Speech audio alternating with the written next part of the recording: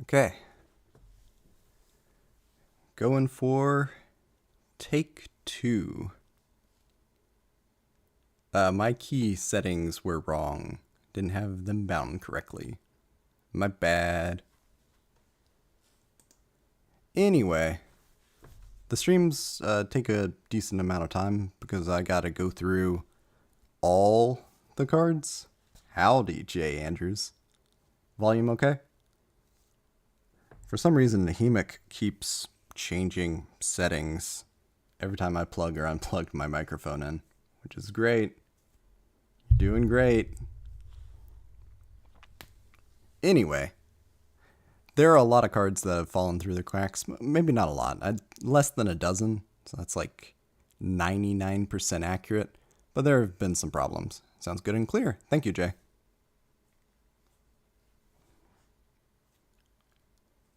One of the cards that's pretty essential that I missed is Blue Eyes Ultimate Dragon. I believe this was a jump promo, and in my notes, I had it wrong, and I wrote that it was just another Blue Eyes reprint, so that's on me. So, let's go ahead and talk about Blue Eyes Ultimate Dragon. Important point. Blue Eyes Ultimate Dragon, printed after Blue Eyes Shining Dragon. I guess you couldn't bring out Blue Eyes Shining Dragon. I guess you could bring it out with a wild monster appears much, much later. But anyway, the card was completely unplayable until this card was printed in the TCG. What is it? It's a light attribute, level 12, Dragon Fusion. Materials are Blue Eyes White Dragon, Blue Eyes White Dragon, and Blue Eyes White Dragon. 4,500 attack, 3,800 defense. I don't think there's much use for Blue Eyes Ultimate Dragon outside of a Cyberstein target. Maybe you could use it with Fusion Conscription if you need to add a Blue Eyes specifically, and there are reasons to want to add a Blue Eyes. I'm not sure if that's necessarily better or worse than Cards of Consonance and White Stone of Legend to add your Blue Eyes. It's an option, though.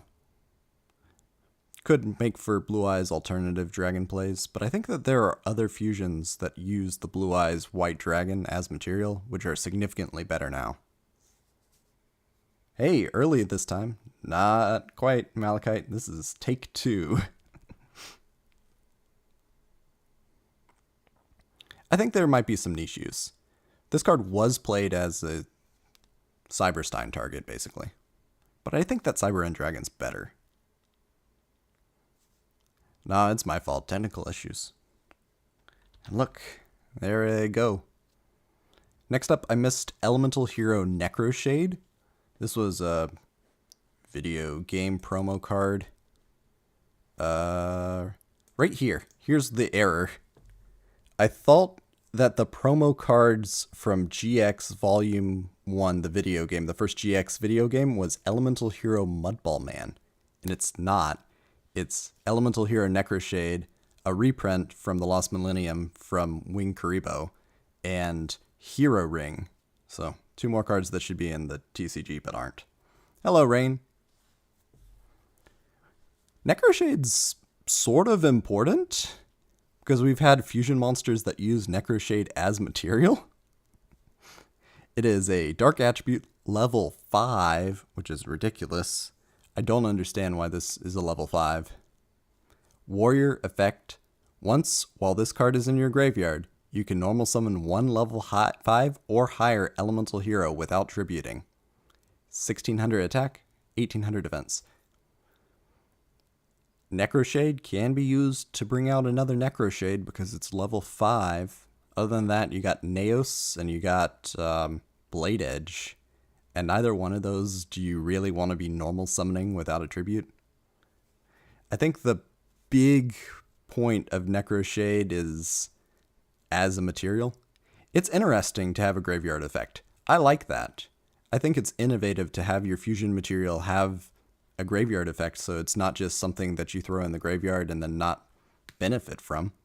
But I think it's such a small impact, and it's done better when we get Destiny Heroes, because Destiny Hero Dasher does what Necroshade does, but better. really taking up your normal summon.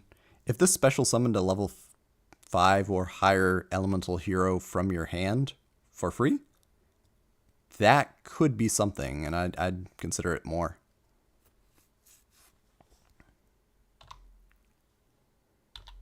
Also, in this set is Hero Ring, Normal Trap, target one warrior on the field with 1500 or less attack, equip this card to the target.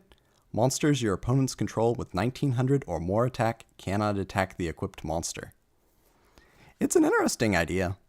It's sort of like Obnoxious Celtic Guardian.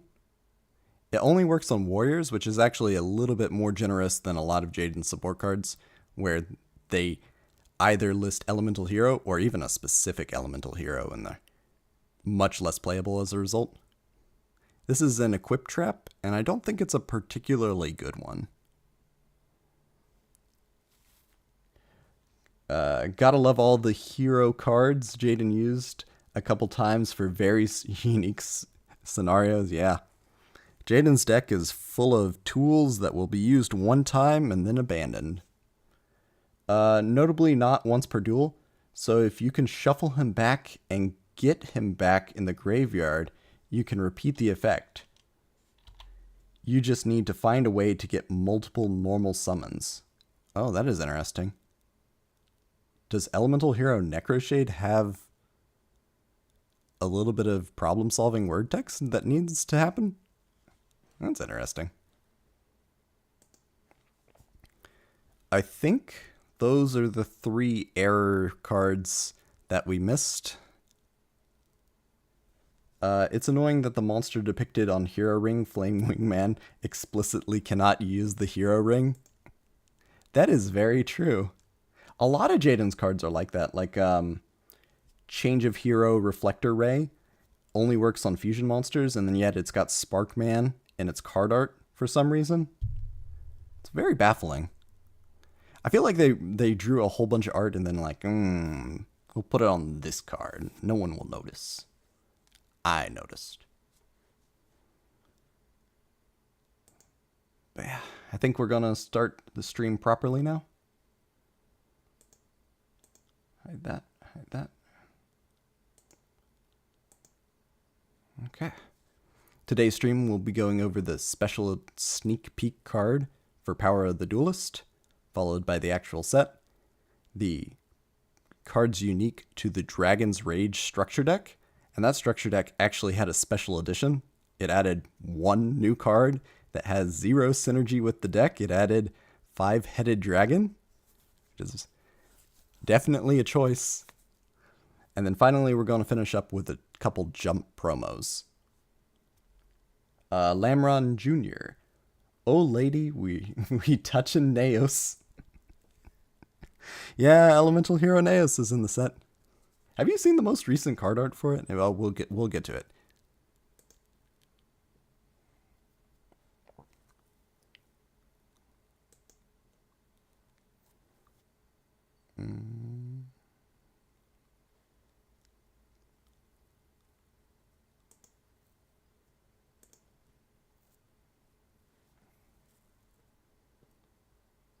Turn off the title card. Oh no.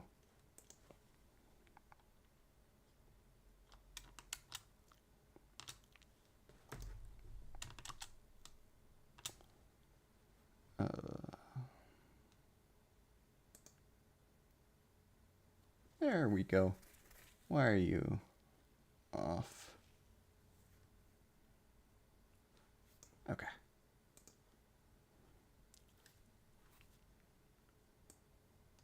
Got the Ranker website. Pin images.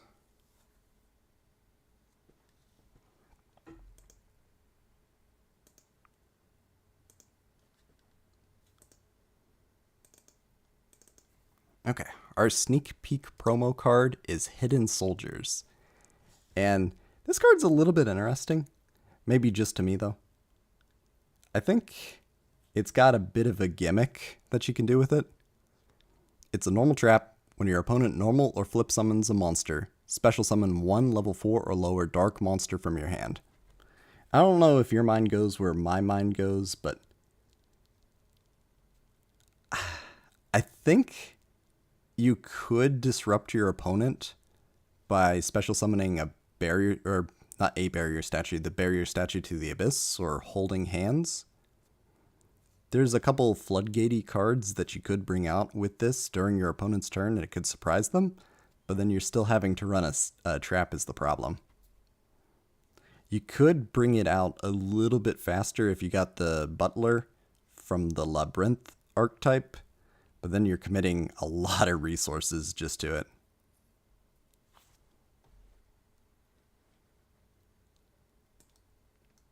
I feel like overall the card is interesting. I think we're just going to put it good on release. I don't think there's a great target for it. I guess Rare Metal Dragon, maybe? It's a weird rival appears for dark. Yeah. I think the condition is also a little bit too narrow for it to be more playable.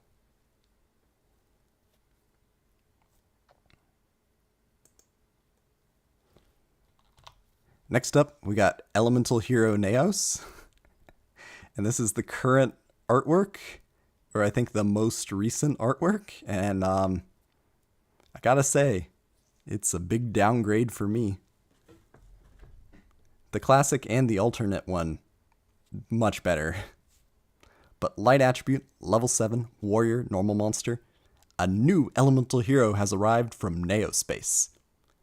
When he initiates a contact fusion with a Neospatian, his unknown powers are unleashed. 2500 attack, 2000 defense. It's interesting, like, what Neos represents in terms of the game. That this is Jaden's boss monster, and it embodies the fusion mechanic, which is his mechanic, in a new and different way. We get the contact fusion, as mentioned in the card, and the contact fusion has existed, but not really in the game, with the alphabet mechs coming together and not needing polymerization. In terms of playability, there is a lot of Neos support. Some of it's gimmicky, some of it's janky, some of it's even been meta. 7 out of 11 Neos. Thank you.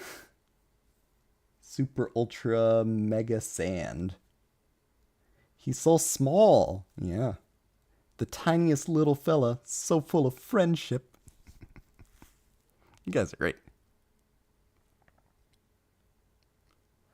In terms of playability now, there's a lot of cards that specifically mention Neos, and they're searchable, and I'm not sure if you build your deck around it, but you can right now. It's not like Yubel, where it was a big meta card. One of the most searchable cards in the game as well, yeah. And it's important for a lot of different cards coming up later.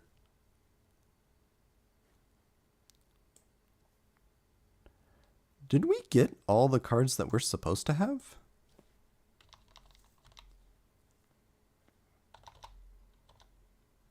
Hold on. Do we just get Chrysalis Penny, Chrysalis Dolphin in this one set, and that's the only Chrysalis we get? That's so weird.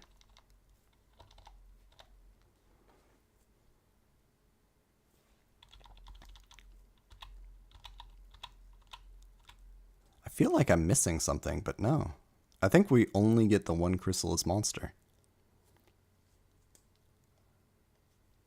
Ah yes, Sabersaurus, the most beautiful weight. That card was used in the meta card. Oh yeah. If you don't know, Sabersaurus was used in Dino Rabbit. I guess this is the dinosaur that you rabbit out. But it's an Earth attribute, level 4 dinosaur. This normally gentle dinosaur enjoys relaxing in its nest in the prairies. If it becomes angered, it turns terribly ferocious. 1900 attack, 500 defense. You ran this because it was the biggest dinosaur that you could bring out, and you use this as material for Dolka and Logia. Evil Sword Dolka / Logia. You can use it for generic rank 4 material too. Not just the 2 Evil Sword monsters, but that's what it was used for. You could also run Caboozles, and people did run Caboozles, and I think people were running both in the same deck sometimes, just because you wanted more targets. You didn't want it to be dead. After you've exhausted your Sabersaurus, then you move on to your Caboozles. I like the card. I don't think it's worth it now. There's actually a better Dinosaur that's got 2,000 attack. But, you know, type, attribute combinations are sometimes more important than just attack points.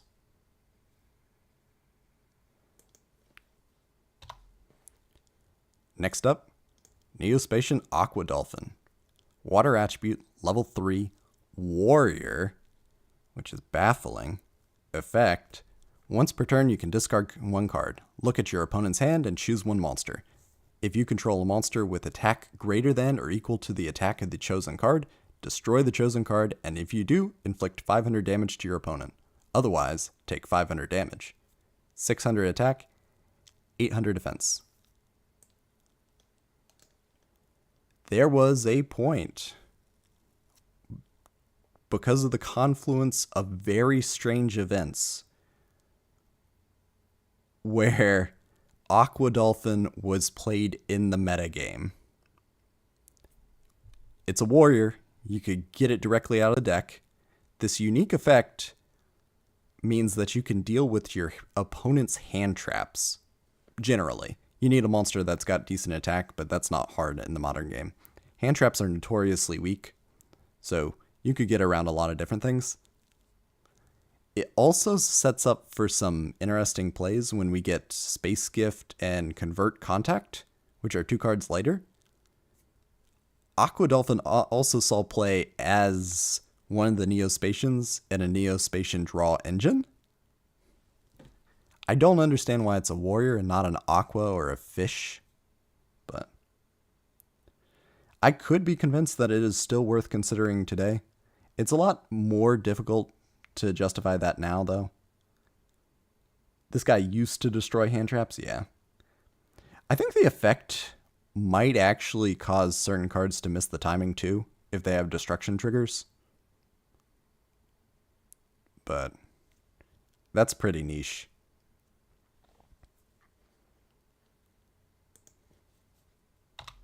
Next up, Neospatian Flare Scarab. Fire attribute, level 3.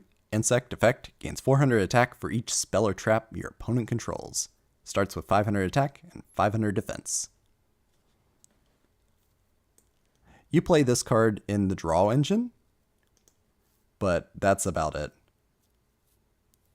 Welcome, Dark Kevin Yu. It's glad to see you.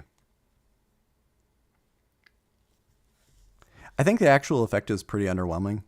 You use this because you want more different named Neospatians in your deck, and sometimes you want the fire attributes specifically. But I don't think that that's a very good justification. I think we put in acceptable an archetype just because of the draw engine. He's a time card, or at least he was before the new rules. Flare Scarab was a time card? Air Hummingbird was definitely a time card, but I don't think Flare Scarab was. Next up, Neospatian Dark Panther. Dark attribute, level 3. Beast effect, once per turn, you can target 1 face-up monster your opponent controls. Until the end phase, this card's name becomes that monster's original name. Also replace this effect with that monster's original effects, if any. 1000 attack, 500 defense. I wonder what happens if your opponent has a Neospatian Dark Panther and you have a Neospatian Dark Panther, and their Neospatian Dark Panther is copying some other card's effects. Would you just get your own Dark Panther's effect? That was needlessly confusing. This card was meta, which is very interesting. Being able to copy your opponent's effects various points in the game. And you can get this card off of Rescue Rabbit. Now, Rescue Rabbit used to be pre-errata where you could just bring out a beast and then use its effect. You can't do that anymore. But pre-errata Rescue Rabbit, you would bring out Dark Panther situationally. And I think that's interesting. The other reason that this card saw play is Space Gift, Convert Contact, another name. And specifically, this one is a dark attribute, so you do play well with Chaos monsters. That's the reason that Glow Moss actually saw a little bit of play. Dark Panther gives Crystal Beast vibes. I can see that. My beloved overthinking partner. Fire is kind of the worst hero attribute on average. Unfortunately, I can agree with that. You got Burstinatrix, normal monster. You got Heat, Lady Heat. Nova's pretty underwhelming.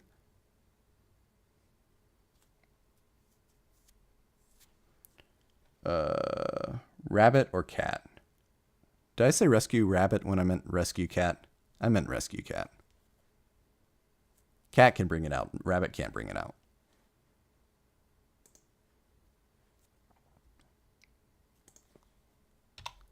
Next up, we got our first Chrysalis monster. Chrysalis Dolphin. Water attribute, level 2, fish, effect. Why is this a fish? Why is Aqua Dolphin not a fish? Anyway, by tributing this card while Neospace is on the field, special summon 1 Neospatian Aqua Dolphin from your hand or deck. All the Chrysalis monsters I think I'm going to put in Gimmick, because there is a way to mass special summon them, but I don't think that they're particularly good. I'm sure someone's done something interesting with them, but someone's done something interesting with Cloudians too. It's so strange that this card's on its own, though. I would have put all the Chrysalis monsters together if I was designing sets. Next up, Rallis the Starbird. Wind attribute, level 3. Winged Beast effect. This card gains attack equal to the level of the monster that it battles times 200 during the damage step only.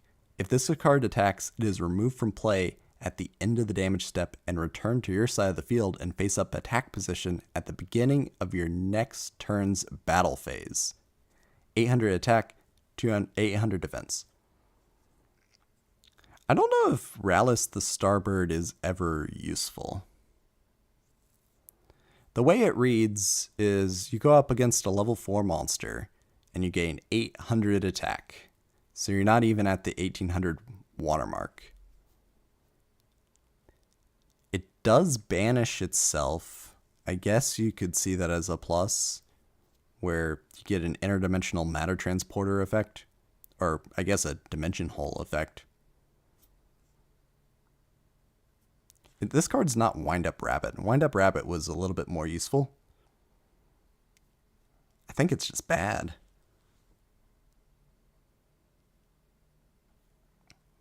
This is Rallis the Starbird. Wait, these guys were here since the beginning? The Chrysalis monsters? The Neospatians? Rallis the Starbird? This is the other one. The other one that special summons itself from hand and burns for a little bit. Not that one. That one's pretty good. Next up, Submarine Roid. Water attribute, level 4, machine effect. This card can attack your opponent directly, but when it does so, using this effect, the battle damage inflicted to your opponent is the original attack of this card. It's future-proofing.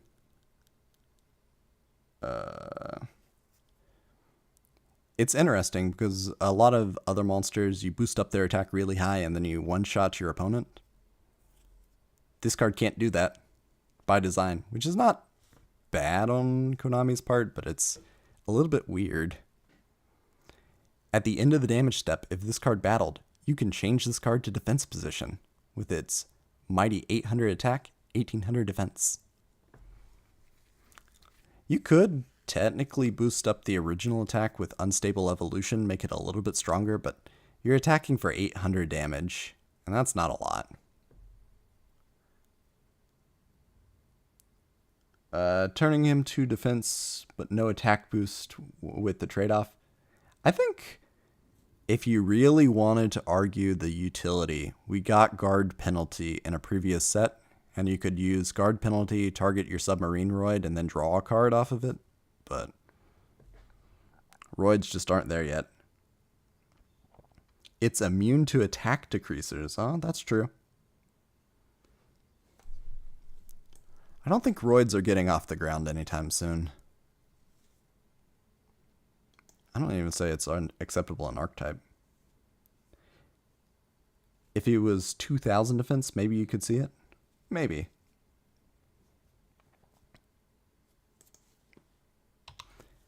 Next up, Ambulance Roid. Earth attribute, level 3. Machine effect. When a Roid monster is added to your graveyard to your hand, except during the damage step, you can special summon it. 300 attack, 1200 defense. So Express Roid comes out at some point. Express Roid plus Ambulance Roid would be a +1 and special summon 2 monsters that were in your grave and then into your hand. That's not that bad. The problem is you'd have to set up with Ambulance Roid and then summon out your Express Roid. I think this effect is just too niche. It's not... I think it's just bad. Stat lineup, 300 attack, 1200 defense. This card's not surviving very long. Cyrus, your deck hasn't had a good card yet. Outside of maybe Power Bond. But that card's not even yours. It was given to you. Next up, Decoy Roid. Wind attribute, level 2. Hey, this is a wind attribute Roid. So, I guess you could use Speed Roid support with Decoy Roid if you really wanted to. Machine effect.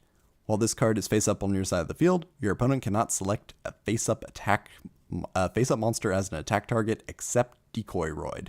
300 attack, 500 defense. The Wombo combo is have Decoy Roid and Ambulance Rescue Roid and a Summon Loop. But I don't know if that's particularly good.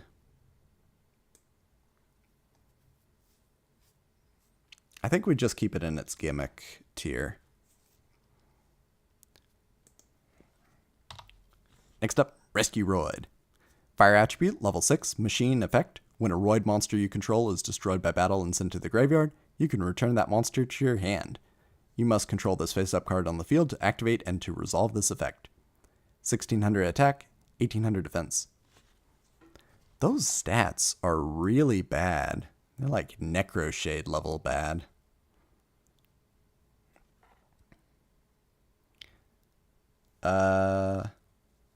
Decoy Roid can't be used to lock. That's true.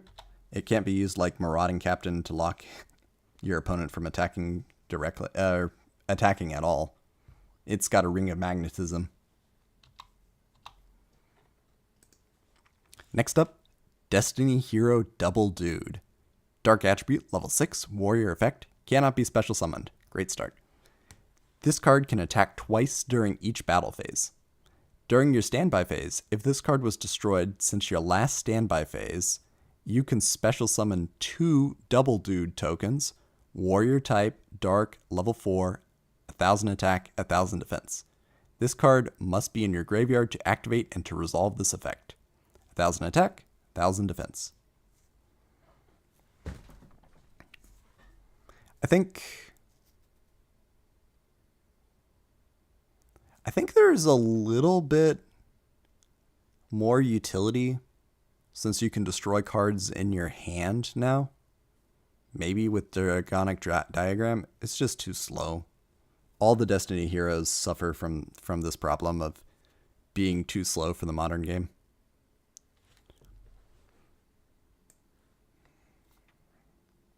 And then you get a +1, but it's in the form of tokens. It's really slow.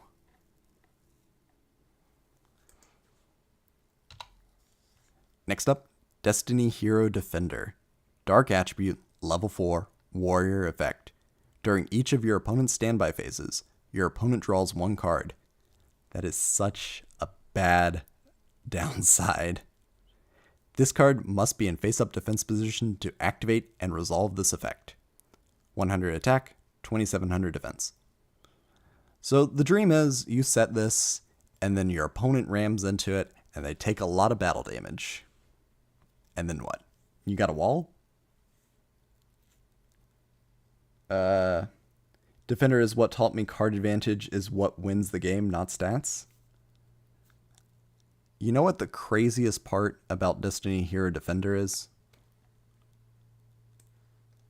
You played this card in your Destiny Hero decks around the time of release.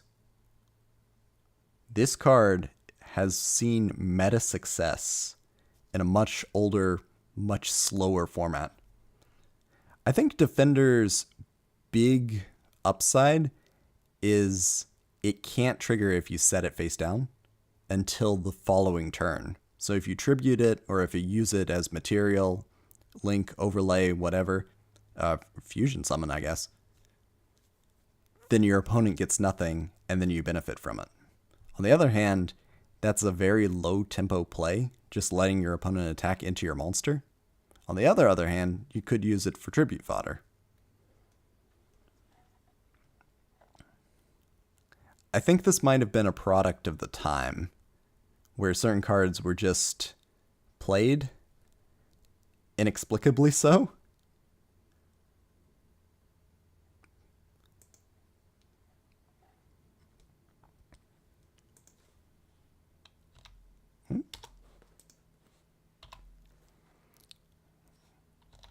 Ooh. That's a great point that the Double Dude tokens aren't even hero monsters. That's another negative. Next up, Destiny Hero Dogma. Dark Attribute, level 8, Warrior Effect. Cannot be normal summoned or set. Must be special summoned from your hand by tributing 3 monsters, including at least 1 Destiny Hero monster. Once per turn, if you still control this face-up card during your opponent's next standby phase after you special summoned it this way, halve your opponent's life points. 3400 attack, 2400 defense.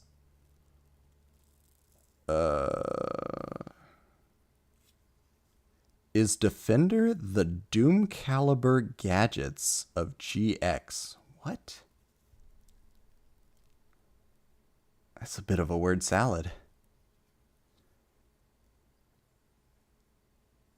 Doom Caliber Knight was pretty good. Gadgets were pretty good. I don't know what you're trying to imply. I'd say he's more like the Reflect Bounder of GX. I think Dogma is overshadowed by Plasma when Plasma comes out, because Plasma has Blanket and Effectication, which is significantly better. Also, I think Plasma also halves your opponent's life points. It's got less attack.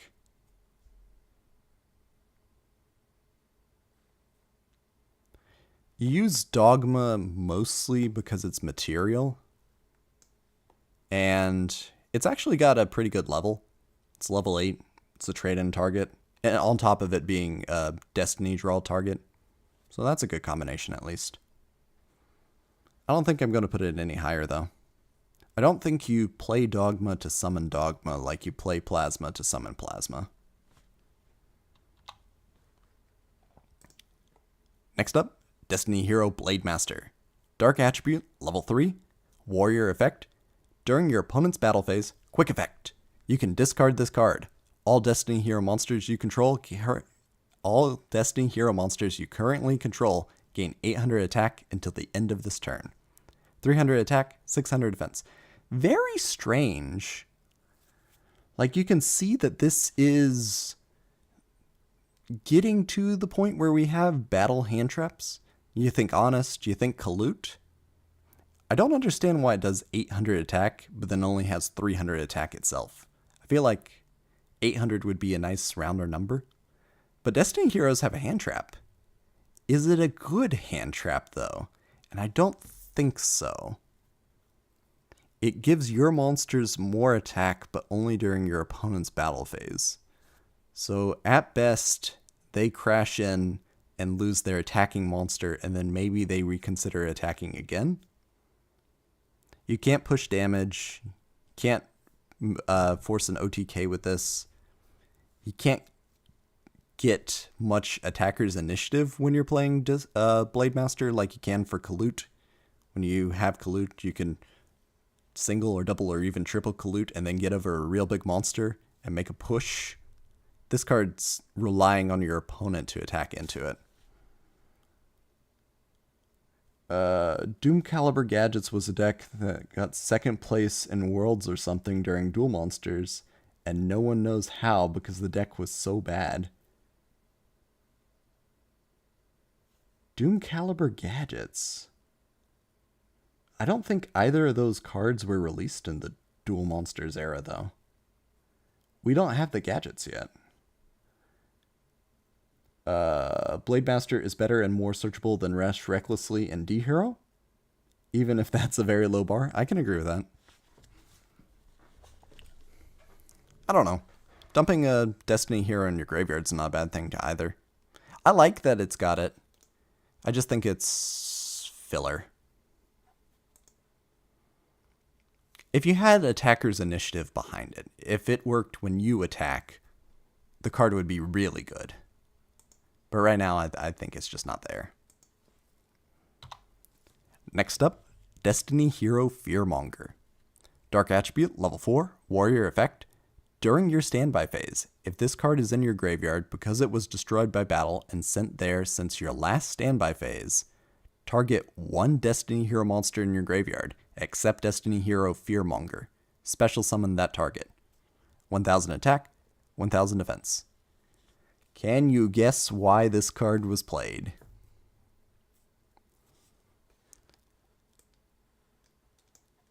This card was played specifically because you can get Disc Commander and Defender. You can have a couple different tools in your deck, but you're milling through your deck really fast with Destiny Draw.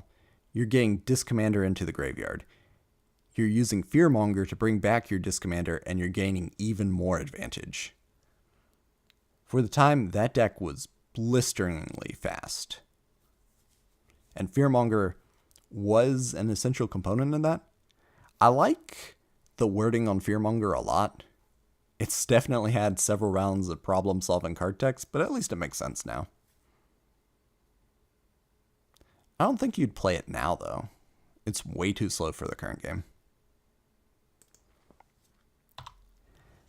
Honestly, though, Dasher is almost playable. Not in the current game, just in general. At so many points in the game. And people did play Dasher throughout the game. So we'll go ahead and put it in meta. But I guess it just reads a little bit better for me. Dark Attribute, level 6, Warrior Effect. Once per turn, you contribute one other monster. This card gains 1000 attack until the end of this turn. If this card attacks, change it to defense position at the end of the battle phase. Okay. Once, while this card is in your graveyard, when you draw a monster during your draw phase, you can reveal it, special summon it. This card must be in your graveyard to activate and resolve this effect. 2100 attack, 1000 defense. My bad, Doomcal Gadgets was closer to Edison. That makes more sense. I think Gadgets get released in the Machine Structure deck, and Doom Caliber Knight is a Shonen Jump promo, which we haven't gotten to yet. I like Dasher quite a lot. This is one of those cards that feels really good to play, where you top deck and then you get to special summon it directly from your deck, or, you know, from your hand after top decking, and it's really interesting. Dasher is a filler 2012 card released in 2006. I can sort of see that. The fact that it synergizes with Destiny Draw, though. I know that card is incredibly centralizing, but it's not once per turn, and it's free card advantage. It's a virtual card advantage, but you can turn it into actual card advantage, too, with Disc Commander and some other cards. Next up, we got our micro archetype, the black dinosaurs. Starting with Black Petra. Wind attribute, level 3, dinosaur effect. If this card is sent to your graveyard, if this card is sent from the field to the graveyard, except by being destroyed by battle, return it to the hand. 1000 attack, 500 defense. Can you see the problem with Black Terra? And it's that if. Oh, it's an if, not a when. I think this card might have had a revision. So this card doesn't miss the timing, and it is renewable card advantage. Interesting. I guess the dream is you have Black Terra, you normal summon it, and then you use one of your evolution pills, and then you bring out a big dinosaur from your hand.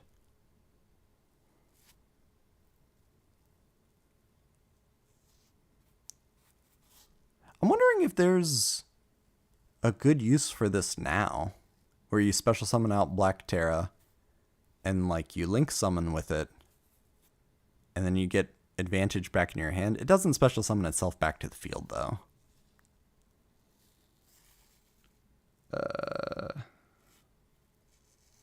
Is he able to loop for something dumb?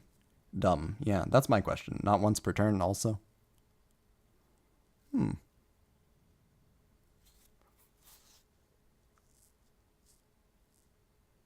I don't know if you can loop the effect, because you got to get it back out of your hand, and that's the hard part.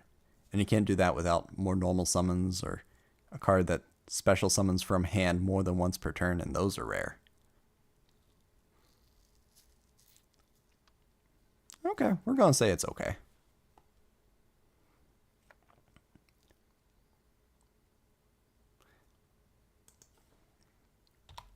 Next up, Black Stego. Earth attribute, level 4. Dinosaur effect. If this face-up attack position card is targeted for an attack, change this card to defense position. 1200 attack, 2000 defense. Hey, it's sort of like Little Wingard, where it shifts itself to defense mode to be defensive. That sentence was obvious. Again, you can use it with guard penalty, but I don't think it's particularly good. When you compare this to like the dragon dwelling in the cave, which is a normal monster, it's got a little bit less attack points, but it's better at defensive option. I think we got a column for this, and it's just filler.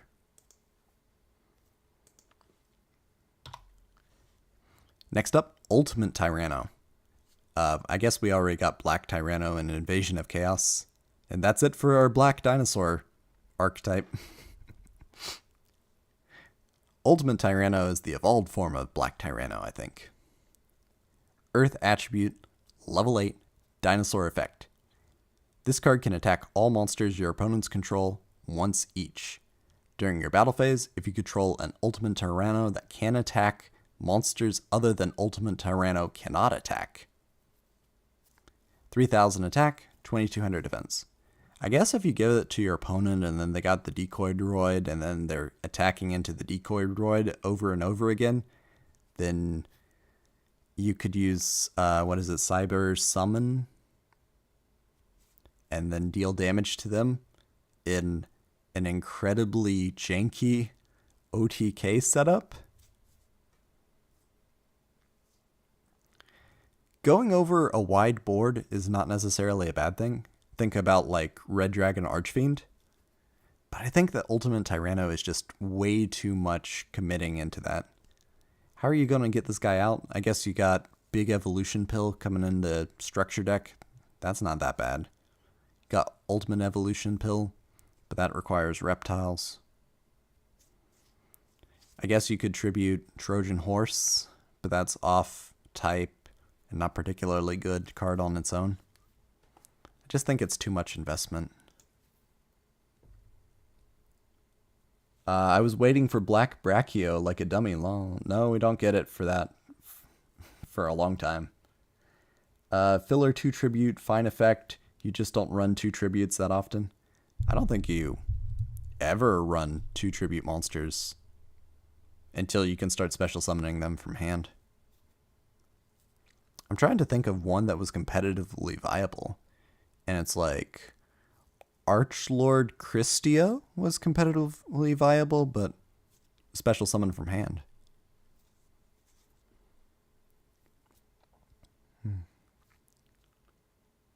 Demok. Ooh. Demok doesn't have an inherent special effect. That's true. Ultimate Tyranno's most notable contribution to the meta was being upgraded by Conductor Tyranno. Okay.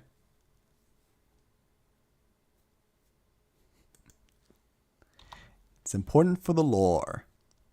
Next up, Miracle Jurassic Egg. Earth attribute, level 4. Dinosaur effect. While face up on the field, this card cannot be banished. Interesting perk, I guess. Each time a dinosaur type monster is sent to the graveyard, place 2 counters on this card. You contribute this card, special summon 1 dinosaur type monster from your deck, whose level is less than or equal to the number of counters that were on this card. 0 attack, 2000 defense. This is tutoring, I guess, but it's not a very strong tutor. It is special summoning directly from the deck, but the next card does it better in Modern Dinosaurs. This card's really slow. The fact that it can't be banished, I don't understand why that's significant, because it can still be attacked, can still be destroyed by battle, can still be targeted by card effects. No inherent protection other than that. I think it's just too slow to be useful. I guess if you lose 4 monsters, then you could bring out Ultimate Conductor Tyranno. I guess. I missed the Neos lore, but came early enough for the Dino lore. I'm glad you made it. Egg is like Cocoon of Evolution, but cooler? I can agree with that. But most cards are cooler than Cocoon of Evolution.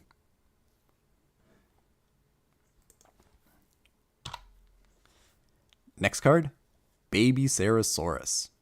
Earth attribute, level 2, Dinosaur effect. If this card is destroyed by card effect and sent to the graveyard, special summon 1 level 4 or lower dinosaur monster from your deck.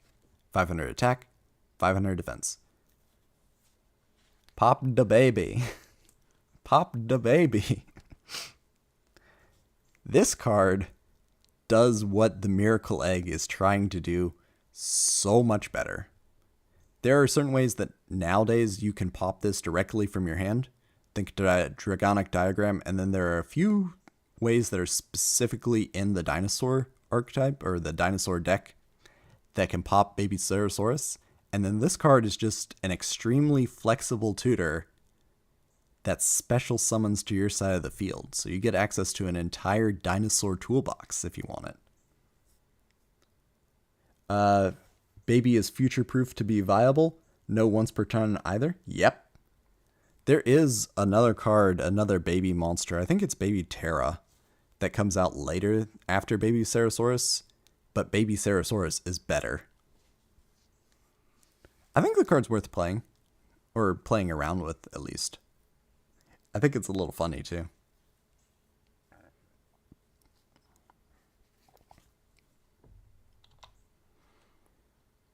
Next up, Bitelon.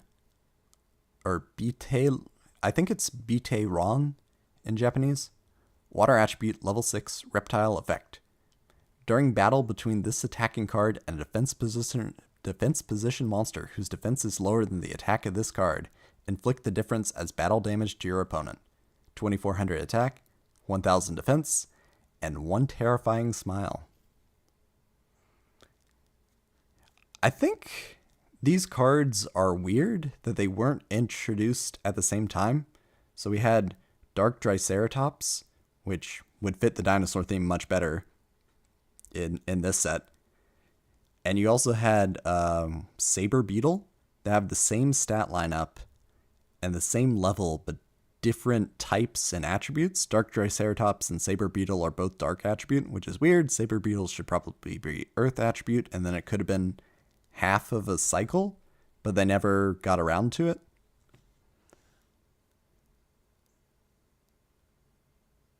Yeah, it's wild that we have so many of these cards. I think they're all filler though. One tribute piercing monsters for everyone. We already have 2 knockoff monarchs who just pierce, who invited this guy. And it's a reptile too. Reptiles aren't particularly good. In fact, we got a whole reptile archetype coming up. Eventually, we'll have archetype tier lists at the end of these streams so that we can evaluate in archetype at the time how the decks were doing. And of course, we'll go through all the previous archetypes too. There's quite a lot that are in the game at this point. You got the Amazoness, you got the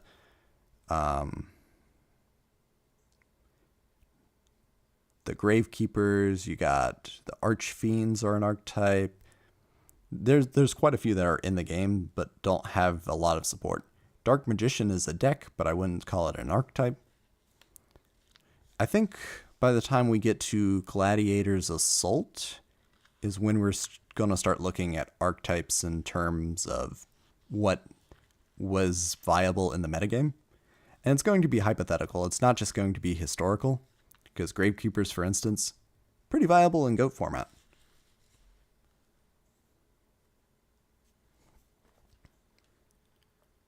But for now, we're just going to be talking about aliens on their own. First up, Alien Gray. Light attribute, level 2, reptile effect, flip. Should be reptile flip effect. Place 1 A counter on 1 face-up monster on your opponent's side of the field. What do A counters do? If a monster with an A counter battles an alien monster, it loses 300 attack and defense for each A counter during damage calculation only. After this card has been flipped face up, when it is destroyed by battle and sent to the graveyard, draw 1 card. 300 attack, 800 defense. I think this is Skellige with extra steps, or Dekoichi with extra steps.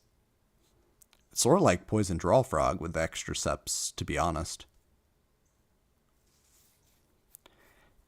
A counters as a mechanic are interesting. And I think I'm going to go out on a limb and say that around 2009, you can have functional alien decks which actually use the A counters. They're not just using Alien Kid and Alien Dog to special summon, or Alien Shock Trooper and Rescue Rabbit, or there's a few different alien cards that are okay. Alien Ammonite make easy synchro monsters. But even an archetype, I don't think you play Gray. I think we're just going to put them in filler.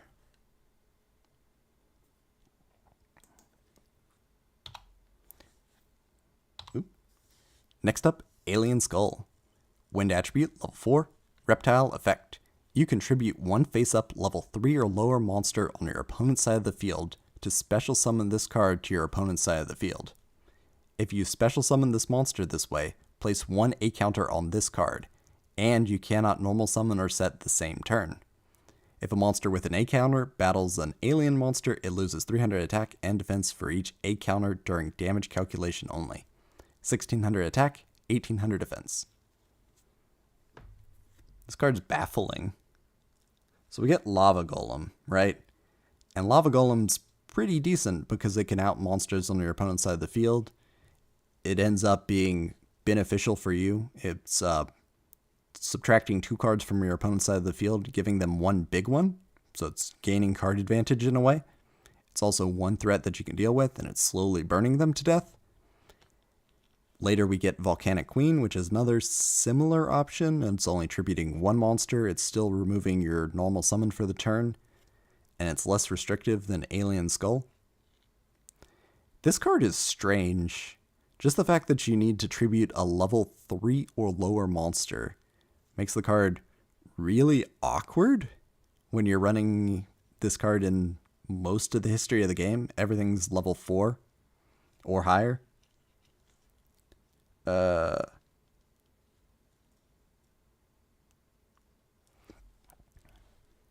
Giving your opponent monsters is not a good idea. It gives itself an 8 counter, which I guess means that you can beat over it a little easier. I just think that it taking away your normal summon and only working on level 3 or lower monsters just makes the card unplayable. Are there any other counters that don't have inherent effects but gain effects from other cards? Yeah, that is the problem with A counters, is this text that monsters battling alien monsters with A counters, they lose stats, isn't on all the cards, which is a problem. I fell asleep, woke up to the aliens. I forgot this whole set was just space themed.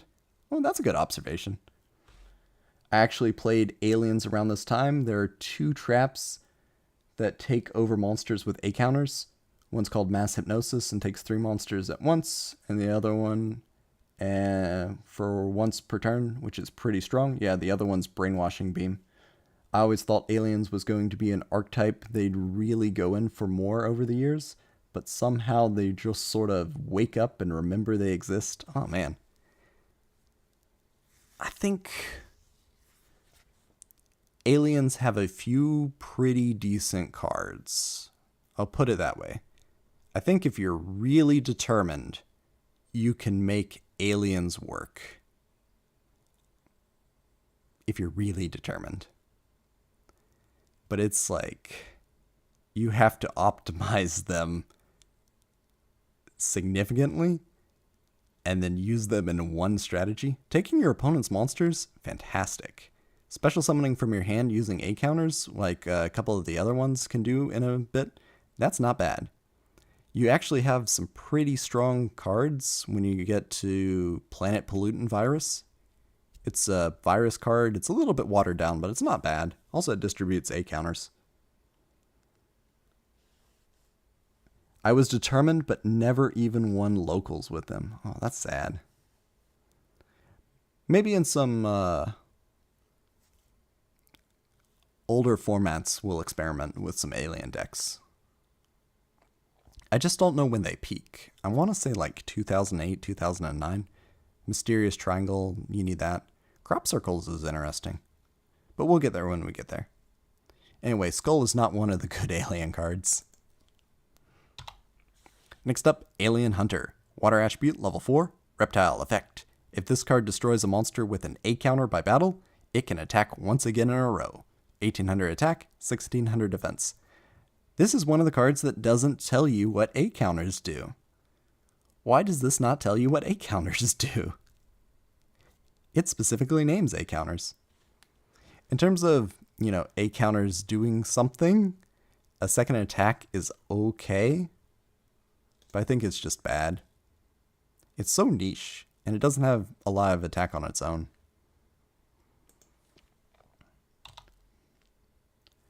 I think the 5D's support made aliens at least fun to play. I can agree with that. Next up, Alien Warrior. Earth Attribute, level 4, Reptile Effect. When this card is destroyed by battle and sent to the graveyard, place 2 A counters on the monster that destroyed it. If a monster with an A counter battles an alien monster, it loses 300 attack and defense for each A counter during your damage during damage calculation only.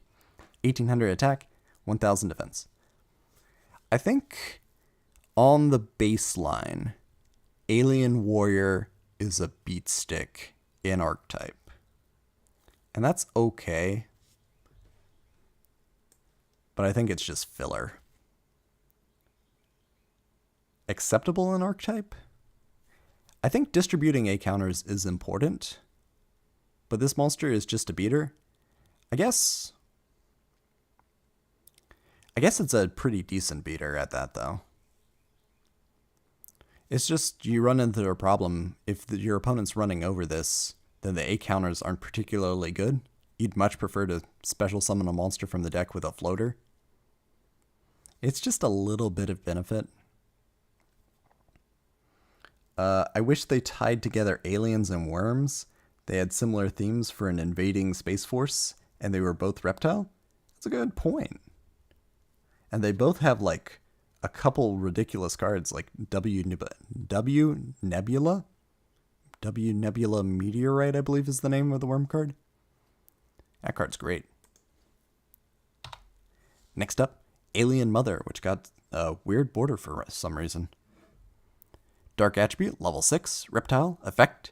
If this card destroys a monster with an A counter by battle and sends it to the graveyard, special summon the destroyed monster to your side of the field at the end of the battle phase.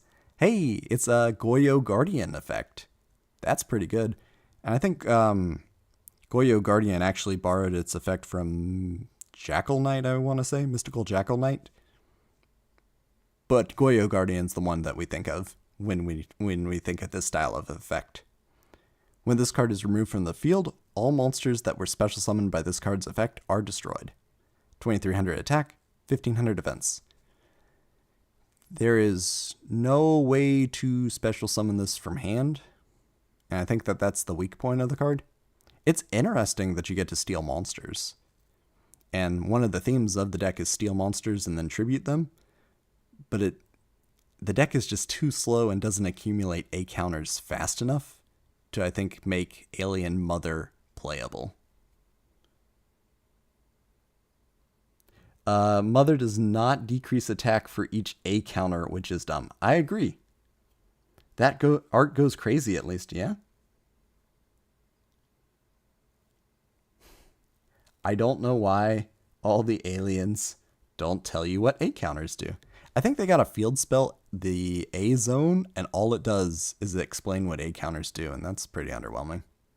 I don't think it's even acceptable in archetype. I think it's just a little bit too bad. Would I rather tribute out Alien Mother and win more, or would I rather have a Monarch and do something impactful then? I think I'd prefer a Monarch in most cases.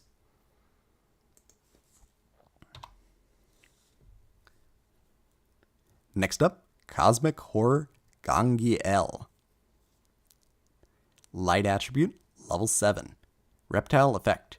If you're tributing a monster on your side of the field that is owned by your opponent, you can normal summon. This card can be normal summoned with 1 tribute. Once per turn, you can place 1 A counter on a monster on your opponent's side of the field. And then in classic text, if a monster with an A counter battles an alien monster, it loses 300 attack and defense for each A counter during damage calculation only. 2600 attack, 2000 defense.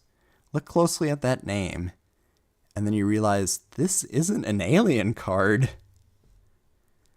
So this card doesn't synergize with its own effect. Even if this card was 2600 attack, 1 tribute, put an A counter on something every turn, I don't think it'd be particularly good. But the way that it is, it doesn't synergize with its own archetype.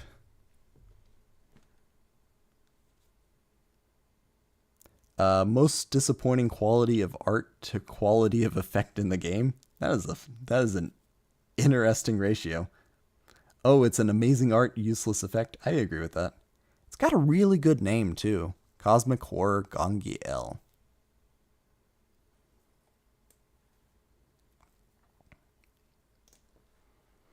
Aliens, you sure are striking out. I live for that art, die because of that effect. Oh man. Man, I hope we have a year of counters like we did with fire. I always like the counter mechanic. The problem with the counter mechanic is twofold. One, there's perfect counterplay to counters when we get counter cleanup, which just removes all the counters, and that can cause its own problems. 2, counters are just hard to accumulate, and the best cards with counters are the ones that start with one, like Card Guard or Breaker the Magical Warrior. Even if you just read the name, your mind instantly conjures a better card than this. Oh, that's sad. People are bullying aliens, which may be deserved. It is definitely deserved. Also not an alien card, yeah. Flying Saucer Musiki. Wait, who is the guy flying? can't read. Ooh, wait, who is the flying saucer guy?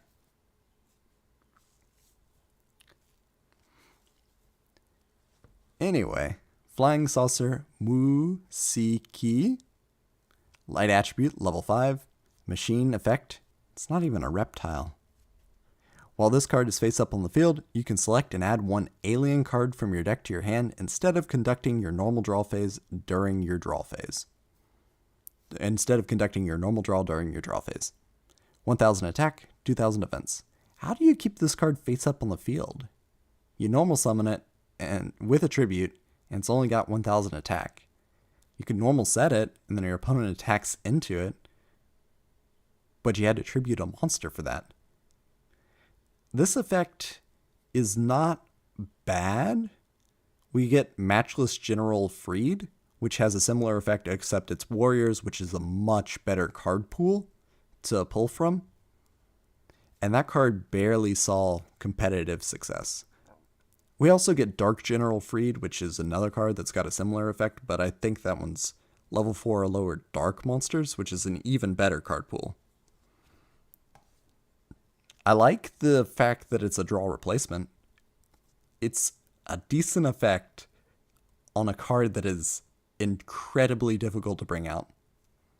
It is a machine and light attribute. It synergizes with UFO Roid. What more could you want?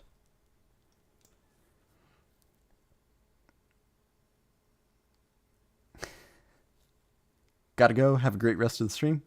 Good night, Milo. Man, going by the card effects, these are some incompetent invaders. I would agree with that. And we're done with aliens for now. There are more in the next set and the next set. Oh, and there's some spell and trap support too. Moving on to the cards, we got Elemental Hero Aqua Neos. Water attribute, level 7. Warrior fusion effect. Materials are Elemental Hero Neos plus Elemental Hero Aqua Dolphin. What? Plus Neospatian Aqua Dolphin. Must first be special summoned from the extra deck by shuffling the above cards you control into the deck. You do not use polymerization. This is the contact fusion mechanic. Once per turn, you can discard one card, destroy one random card in your opponent's hand. During the end phase, shuffle this card into the extra deck. 2500 attack, 2000 defense. Let's ignore the shuffle this card into the extra deck downside. All the Elemental Hero Neos fusions have that problem. We'll put that aside for now. I think this effect is not as good as Aqua Dolphin. Where Aqua Dolphin, you get to look at it, you get to have more control over it, and you don't discard a card. I guess you could use both effects, get Aqua Dolphin out on the field, contact fuse, bring out Aqua Neos. Maybe. I don't like this card. I think it's outshined by its predecessor. If it didn't shuffle back at the end of the turn, the effect would be really good. I don't know if it would be really good, because it would be net neutral card advantage, and it destroys cards in your opponent's hand, which means it triggers certain effects. Could you imagine going up to Fire Kings, rolling up with your Aqua Neos, and then having them go off as a result? If you think this guy isn't worth summoning, wait till his evolved forms. Oh yeah. What is it, Marine Neos, I believe? I think the card's just bad. Which pains me to say it. I didn't realize it destroyed instead of send? Yeah. That's mostly a modern problem. Like at the time, most things that care about being destroyed, I guess it could even pop Baby Ceresaurus, and that's pretty bad. The biggest issue for Neos fusions in general is their last effect. I can agree with that. But they got a field spell to work around that. And they got instant Neospace. They got an equip card to work around that. Next up, Elemental Hero Flare Neos. Fire attribute, level 7. Warrior Fusion effect. Materials are Elemental Hero Neos plus Neospatian Flare Scarab. Must first be special summoned from the extra deck by shuffling the above cards you control into the deck. You do not use polymerization. This card gains 400 attack for each spell and trap on the field, so it's not just your opponents like Flare Scarab, so upgrade. During the end phase, shuffle this card into the extra deck. 2500 attack, 2000 defense. I don't understand why they need that downside, to be honest. You get nothing at the end of the turn. I think this card just gets beefy, but you know what does this for less? Mage Power. And Mage Power is not a terrible card at this point in the game, but it's not something that you play. There's a lot of hoops for a card that's sort of worse than Mage Power. I know it's scaling with both sides of the field. Mage Power is only on yours, but you don't really have control of your opponent's setting spell and traps.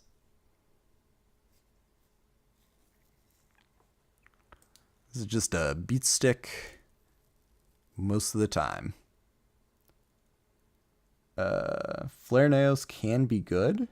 Big number! The anime loves their big numbers.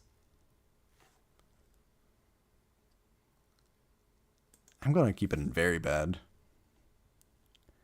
Yugi, please explain how Flare Neos can be really good. Is this part of your diabolical strategy to win against Jaden? Next up, Elemental Hero Dark Neos. Hey, hardcover card! And really good artwork. Dark Attribute, level 7, Warrior Fusion effect. Materials are Elemental Hero Neos, Neospatian Dark Panther. This card can only be special summoned from your fusion deck by returning the above cards on your side of the field to the deck. You do not use polymerization. You can select one face-up effect monster on the field if one is not already selected by this card. While you control this face-up card, the selected monster's effect is negated until it is removed from the field. You can select up to one monster at a time with this effect. This card returns to the fusion deck during the end phase.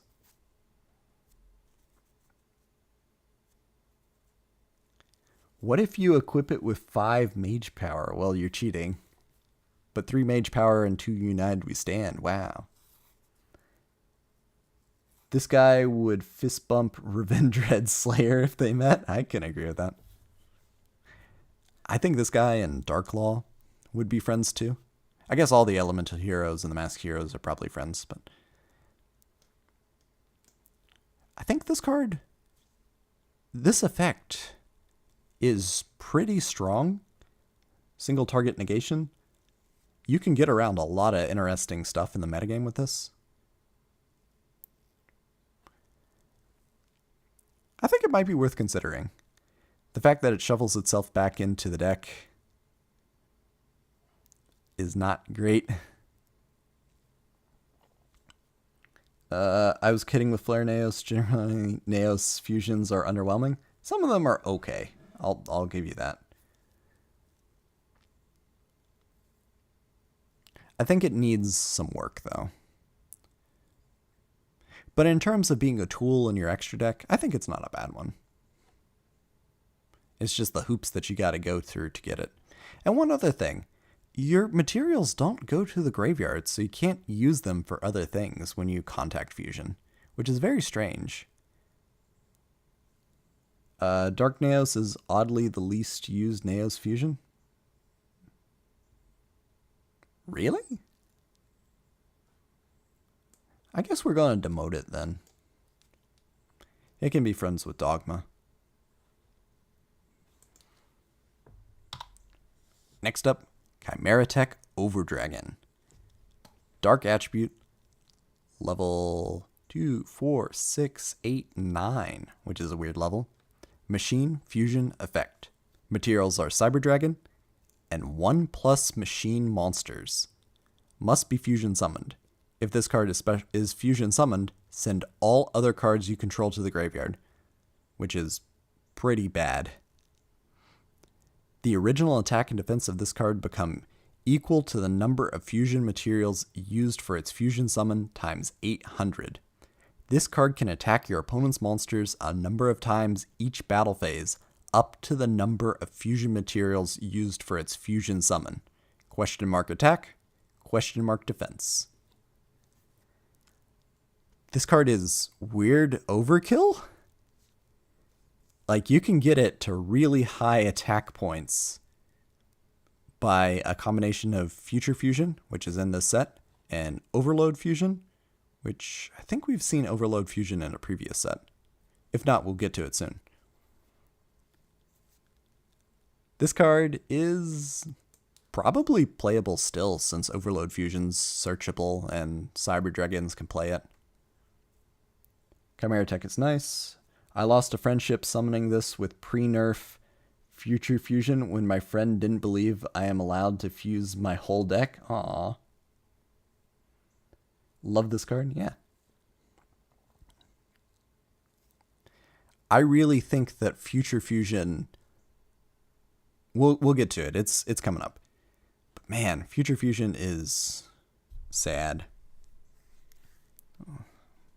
Not as bad as like Sinister Serpent. Man, Sinister Serpent got the worst errata. Next up, Ambulance Rescue Roid. Fire attribute, level 6.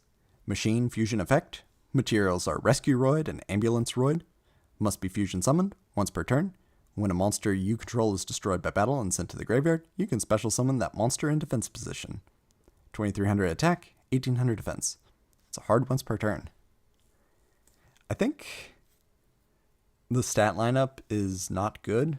It's a lot of resources to do this, and there's no initiative in the effect. It's not special summoning from graveyard. If this just special summoned from graveyard, it'd be significantly better. But I don't think it's even good in archetype. I think it's too difficult to bring up.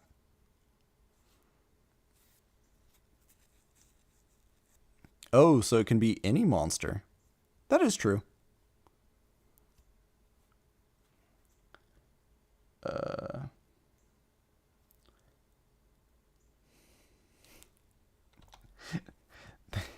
They got Sidra heads coming out of the Torment Nexus. Your floaters will have double the value with Ambulance Rescue Roid. That is true, but what's stopping your opponent from just attacking your Rescue Roid first? This is probably the funniest Roid name. It's just that both names, they don't even flow like Steam Gyroid. That's true.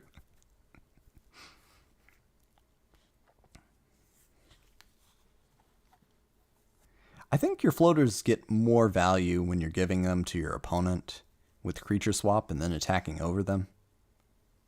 But that's just me. Next up, Super Viacroid Jumbo Drill. Earth attribute, level 8. Machine, fusion, effect. Materials are Steamroid, Drillroid, and Submarine Roid. A fusion summon of this card can only be done with the above fusion materials. If this card attacks a defense position monster, inflict piercing battle damage. 3000 attack, 2000 defense. Big hoop to try to jump through in order to bring this card out. 3 specific materials. It's not dark attributes, so can't cheat it out with Overload Fusion. We get a Super Viacroid connector spell in a few minutes, but that's not good. Weaker Cyber and Dragon. Yeah, that's a great way of putting it.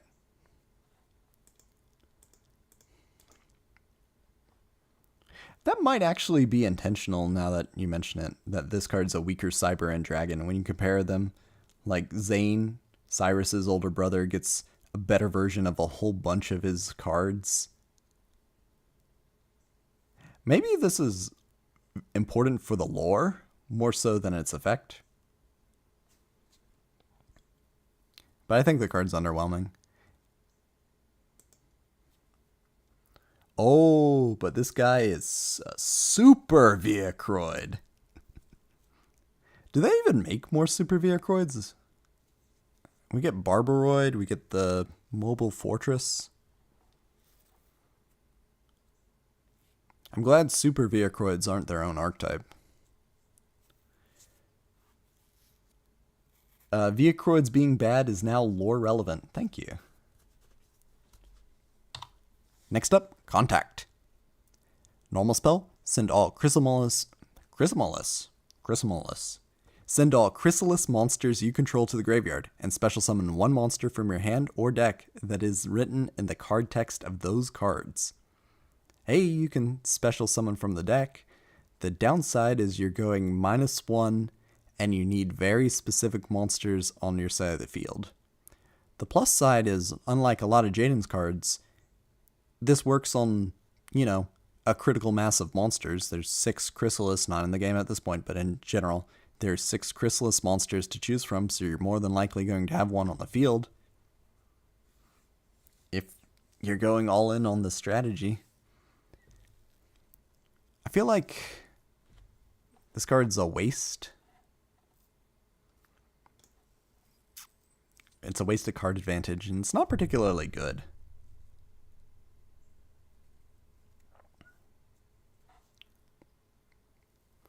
I know the dream is, if this had any Chrysalis monster and then you could special summon any Neospatian from your deck, that could be a little bit better, because then you'd have toolbox, but right now it's one tool gets one other tool. It's very specific still. A little sad. Next up, Fake Hero. Normal spell, special summon one elemental hero monster from your hand. That monster cannot attack and returns to the hand during the end phase. Is this card playable? And the answer is maybe. Like when you think about it, double summon is playable. Fake Hero is sort of similar to double summon, but you have the option of special summoning higher level elemental heroes, which could be relevant. Getting out Neos, for instance. I don't think you're using Blade Edge or Necroshade. This does still trigger certain effects, like Stratos is special summon. I believe Shadow Mist will still get its effect. Blazeman will still get its effect. And you could be special summoning utility heroes like Prisma. In a rush, they made a Fake Hero actual monster card. What? In a rush, they made Fake Hero actual monster card. He's good there. Interesting.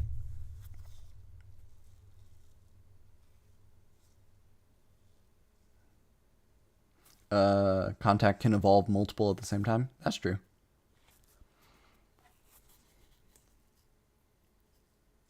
I think we're just going to put in acceptable and archetype.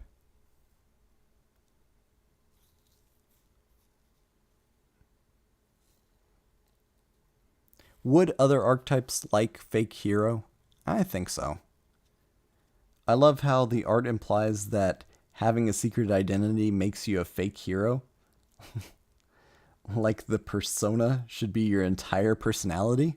Have you never seen The Tick? It's interesting too that what is this hero costume? I think it might be Common Rider based, similar to the Masked Heroes. I don't know.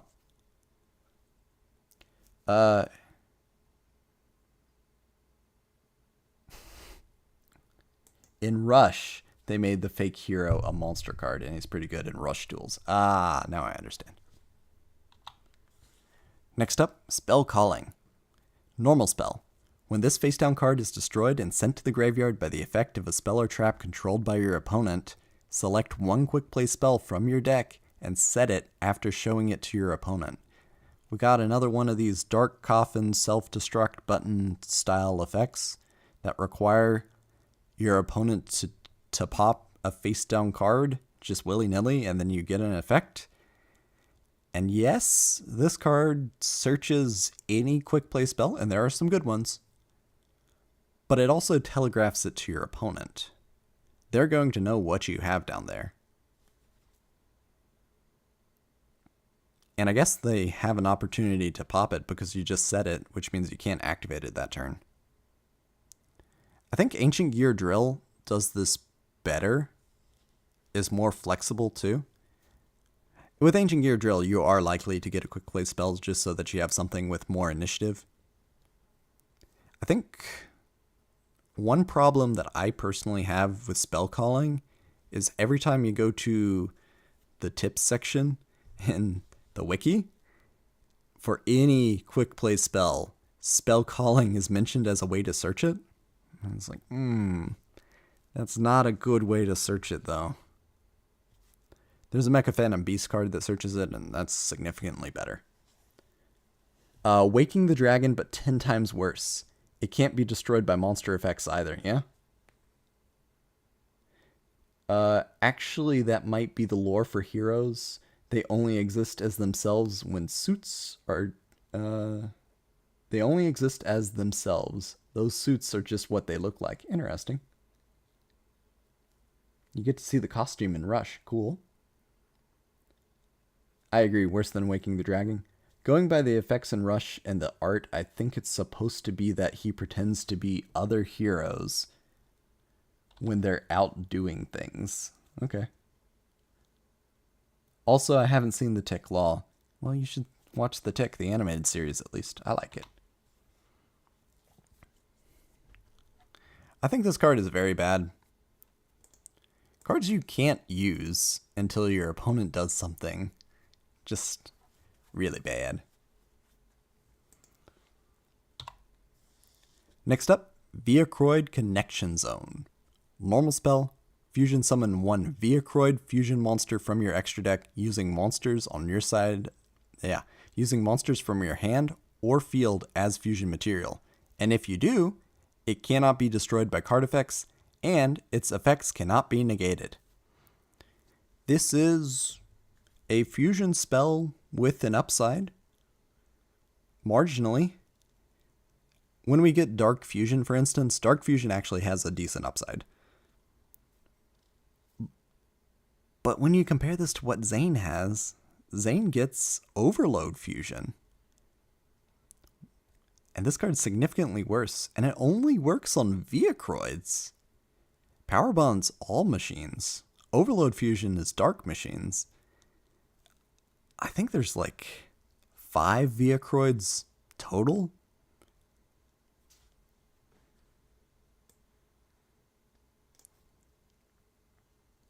Good in archetype.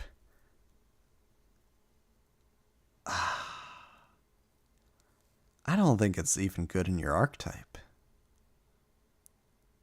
I think you're better off running Fusion Substitute in your Roid deck than Viacroid Connection Zone, because at least Fusion Substitute is searchable.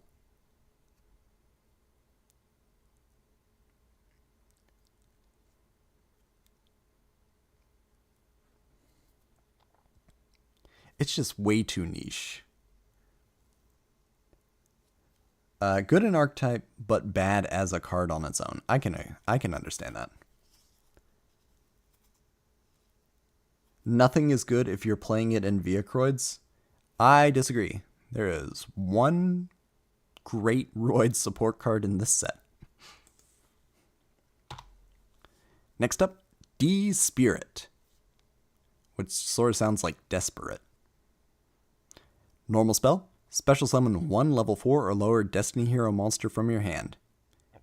You must not control any Destiny Hero monsters to activate and to resolve this effect. Do you play D-Spirit today? I think this card falls into the same logic that we did with Fake Hero. Man, Aster is really getting a lot of counterparts to Jaden's cards. Do Destiny Heroes like this effect? Yes. Is it better than normal or double summon? Maybe. You gotta keep in mind, in modern game, you're probably going to start with a Destiny Hero and then link it away pretty quickly, and then you no longer control any Destiny Hero monsters. It doesn't say do not control any monsters at all. It's a play extender, but I don't think it's a great one.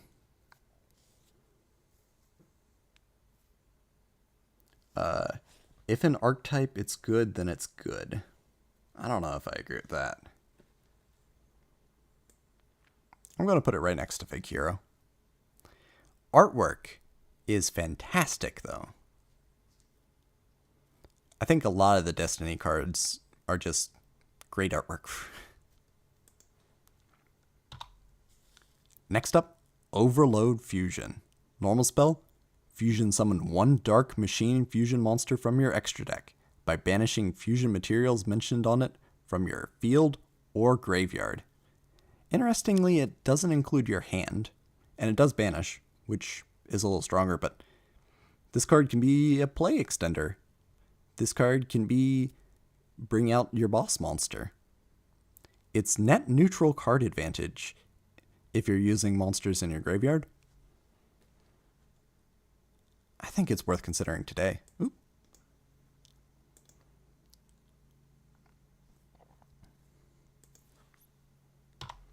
Another Edo card. We got Equip spell, Cyclone Blade. Equip only to a Destiny Hero monster. At the end of the damage step, if the equipped monster attacked, target one spell/trap on the field, destroy that target. And we gotta compare this to Cyclone Boomerang that Jaden got, which could only be equipped to Wildheart and had basically the same effect. But Cyclone Blade is significantly better because you can equip it to any of your Destiny heroes, which means this card is not dead in hand most of the time. In terms of actual effect, though, you get to pop one card, one spell or trap. It is an equip spell, so your opponents can still go 2 for 1. But if you get an attack through, then you can start whittling away your opponent's card advantage. It targets, and it's only going to pop one at a time.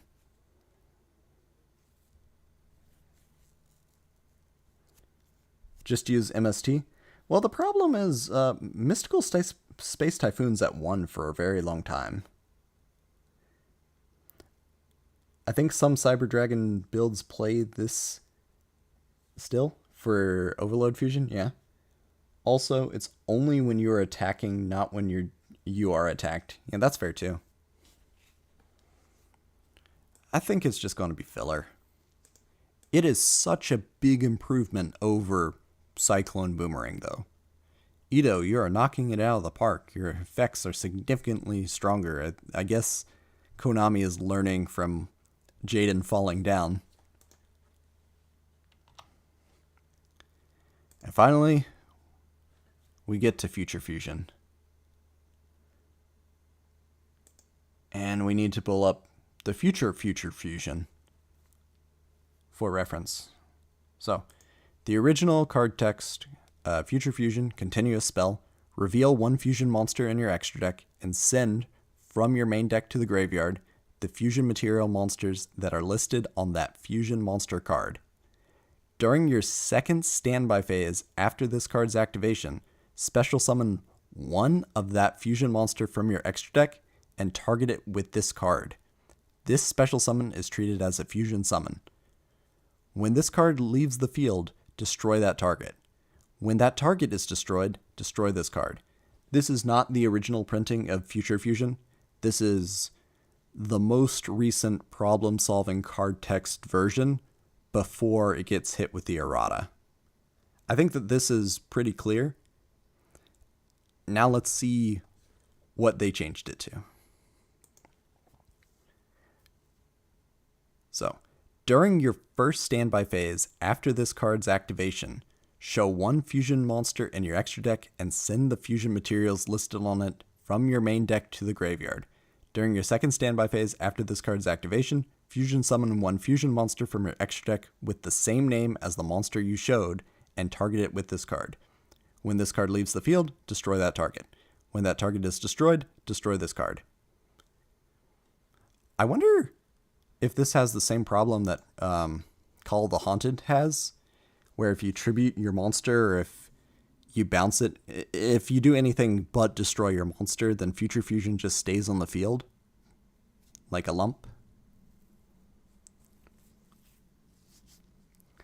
I think the problem with Future Fusion could be solved with just a couple words changed. And the words that I would change are the fusion materials that are listed on the fusion monster card, I'd change it to fusion materials that are specifically listed by name on the monster card. I think that would be enough of a change to fix future fusion. You couldn't bring out Five-Headed Dragon, you couldn't bring out a whole bunch of generic fusion cards. I think that's where the problem is. Future fusion is like Foolish Burial times 5 when we get Five-Headed Dragon, which comes out next set. Plus Dragon's Mirror. This card is ridiculously strong. It had single card FTKs that you could pull off with Future Fusion. You'd be bouncing it back to hand with cards like Zephyros the Elite, and then using it multiple times, setting up your graveyard just the way you want it. There are loops that you could do with Future Fusion. This card is extremely design limiting, and I think that the errata is too harsh, and it could have been significantly lighter. Just saying specifically listed in that card's text, or specifically listed as fusion materials by name, would have meant that you could still use it for its intended purpose. It does function like Call of the Haunted, yeah. That is a good change. I wish they had did that. It would still be strong. It's literal painful choice in some ways, yeah. Possibly better than painful choice. And when we get Chaos Dragons, for instance, you got Five-Headed Dragon, just set up your graveyard just the way you want it. When we get crazy cards like Worm Zero, just set up your graveyard with all the worms you want. When we get Void, the Void archetype, just set up your graveyard with all your Void monsters. I think it's, what is the name of it? Void Dreams? Infernoid. When we get Infernoids, hopefully they release a Future Fusion 2 with your idea. I don't know. I feel like there's probably something I'm not thinking about that would make my version of Future Fusion still a little bit too strong, but maybe that's me. I always thought that this was the city from Skyscraper. Maybe it is. It is so sad. This is one of my favorite cards. I'm just sad that it has to top out at Design Mistake. And for the record, this card was extremely meta. You ran it with Future Fusion, instantly bring out all the materials for Chimera Tech Overdragon, use Overload Fusion, wipe your own board, but that doesn't matter, and then just attack for massive damage. It was just too strong. Not sure why Jaden didn't have this card. Jaden 100% has Future Fusion. He uses it in the anime. I don't remember who else uses Future Fusion.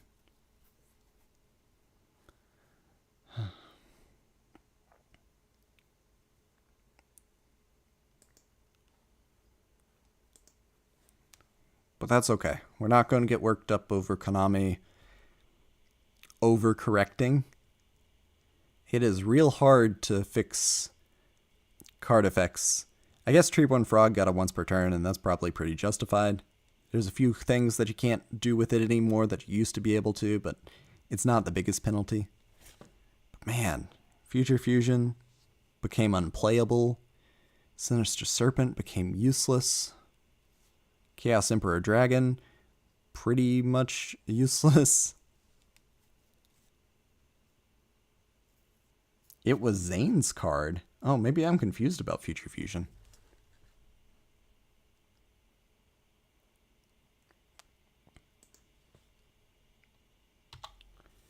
Man, it's been a while since I've seen the anime. Actually, my research, only Zane, Cyrus, and Truman used Future Fusion. Early on, it was also considered an equip spell? How? What would it equip itself to? That's weird. Okay. I'm wrong. I thought Jaden used Future Fusion, but I'm wrong. I want more Neos support that's good. Me too. We get some crazy good Neos support though. We get Cross Porter, that card's real good. We get Space Gift, that card's good. We get a Convert Contact, that card's good. We get an engine that we can work with.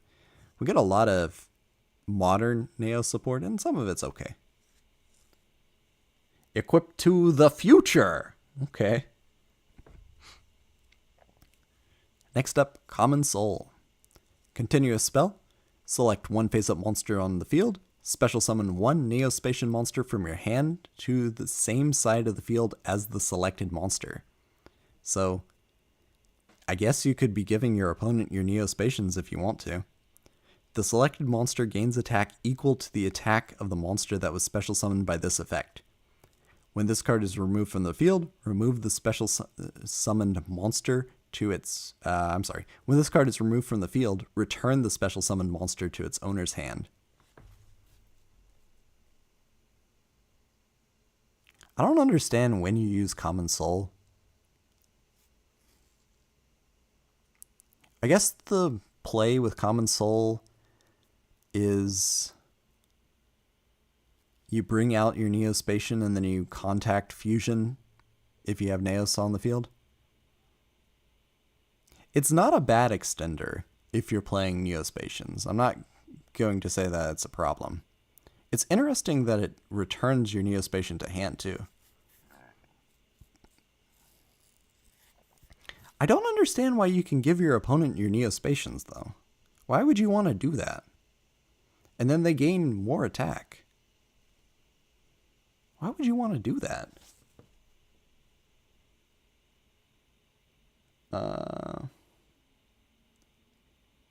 In its first appearance, Anime Future Fusion summoned the monster immediately and just equipped itself and restricted it from attacking the first turn it was summoned. Oh, that is busted.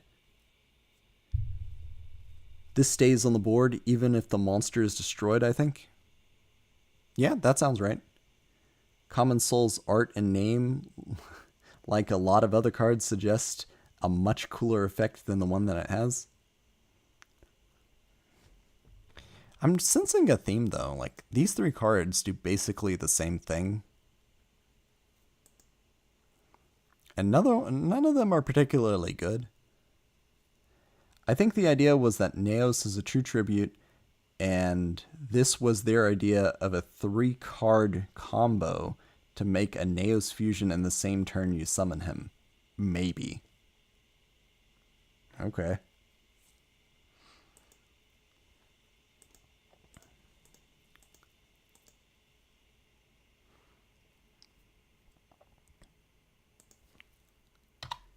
Next up, Neospace.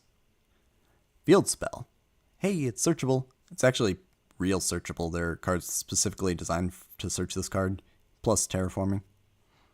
Elemental Hero Neos and all fusion monsters that specifically list Elemental Hero Neos as a fusion material gain 500 attack. Fusion monsters that specifically list Elemental Hero Neos as a fusion material do not have to activate their effects during the end phase that shuffle them into the extra deck. I guess you can still activate the effects if you want to shuffle them manually. For some reason. It says they do not have to, but it doesn't say you don't have to. This is 500 attack, which is okay. Necro Valley gives 500 attack, and Necro Valley does help you beat over a lot of things in Gravekeepers. So, that's not nothing. But the other effect, it just makes your Neospatian, your Elemental Hero Neos fusions okay. They just don't remove their card advantage. We made all the Neos fusions bad, but this fixes them, coming from optimizing everything. I don't think it fixes them.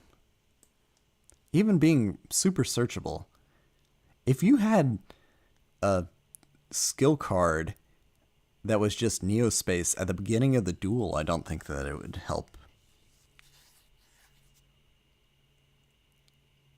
I think we're just going to put it in bad. Pretty sure you don't even run Neospace as its acolytes in modern, or its acolytes in modern Neos decks. I agree. There's instant Neospace too. Instant cards are good. Next up, we got a card that I don't know how I feel about. Mausoleum of the Emperor, another field spell.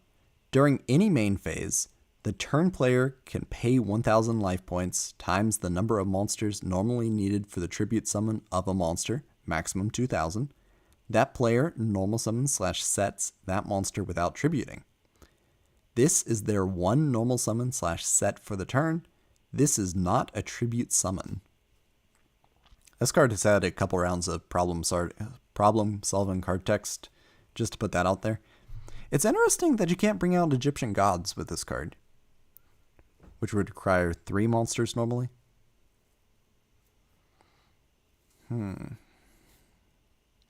Pay life points, bring out your tribute monsters easier. But then you don't get like monarch effects because it's not a tribute summon.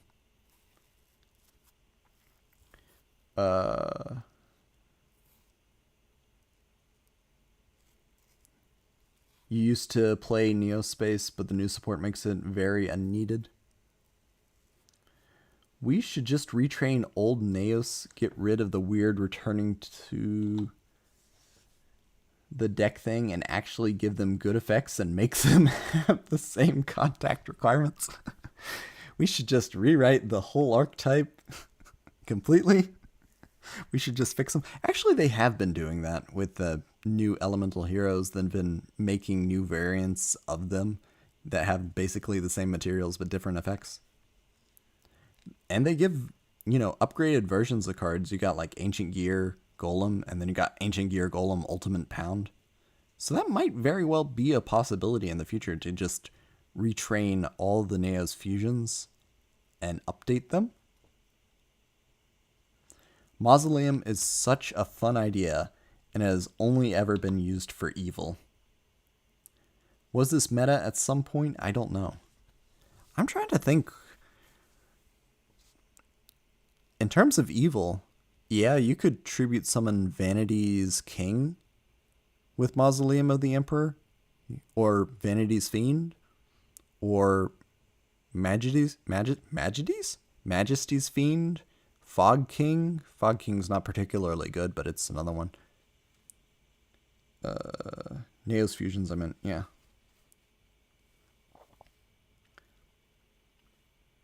Oh, I agree. Retraining all the Neos fusions would be interesting. I think we just put it in gimmick, because if you're tribute summoning out Vanity's Ruler, maybe it's Vanity's Ruler, not Vanity's King. It might be Vanity's Ruler. If you're tributing summoning the monster that just prevents your opponent from special summoning, you might just win the game on that. Mausoleum was a playground card. I loved it. It's interesting. I think maybe the Dinosaur deck could use Mausoleum of the Emperor instead of Lost World, for instance. Make Tail Swipe better. But then you wouldn't need your big evolution pill. I don't know. I think we keep it in gimmick for now. Man, we keep the field spells rolling with Dark City. This has got to be one of my favorite artworks. And I can't exactly explain why. It's like a fake city. Like cardboard cutouts, Potemkin village, I guess. It just looks great to me. Like Skyscraper is definitely better, but there's something about Dark City being uncanny and weird that makes it stand out more in my mind. Field spell. If a Destiny Hero monster attacks a monster with a higher attack, the attacking monster gains 1,000 attack during damage calculation only. Finally, Jaden's got the superior version than Aster for once. At least Skyscraper, is searchable, has more targets. More searchable, we got a elemental hero Captain Gold, discard it, and get Skyscraper.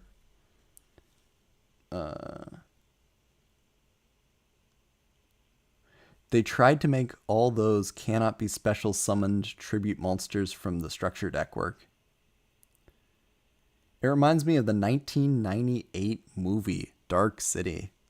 Man, that movie is one of my favorites. There's actually an Atma song that samples the tuning speech from the beginning of the movie in it. Atma is an electronic band, really interesting. I think that hits the nail on the head though. Dark City is definitely a movie that's not what it seems, and not what it themes either. It's so funny that the D hero field spell is a forced perspective movie set of a town rather than the actual city like elemental heroes. Yeah. Also wonder what Dark City means for Destiny heroes as they are part of a play. Oh, that's cool too.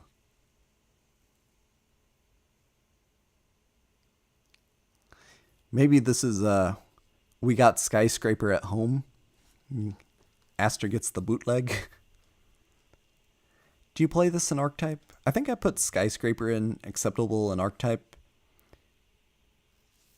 It helps you beat over things. Your Destiny heroes aren't really a beat over monsters type deck, to be honest. But it's not a bad effect.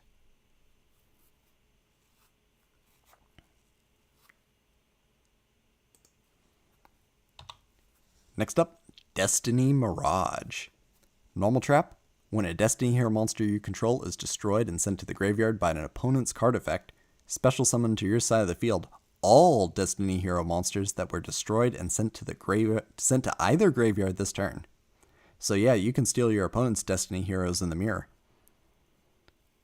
I think Destiny Mirage, the activation requirement is just a little bit too narrow. If it were destroyed in general, then this card would be a little bit busted because you could just get your Disc Commander back. It's not a bad effect.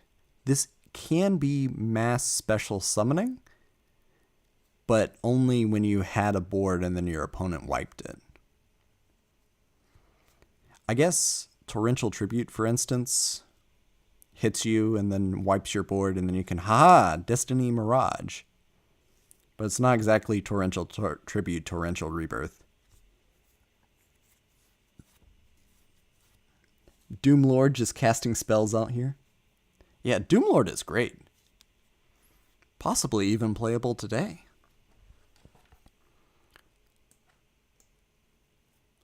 It's either acceptable in archetype or filler. It does synergize well with Disc Commander, which is really good.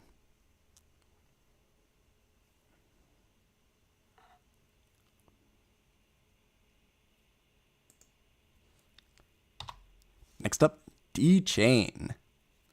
Normal trap. Target one Destiny hero monster you control. Equip this card to that target. It gains 500 attack.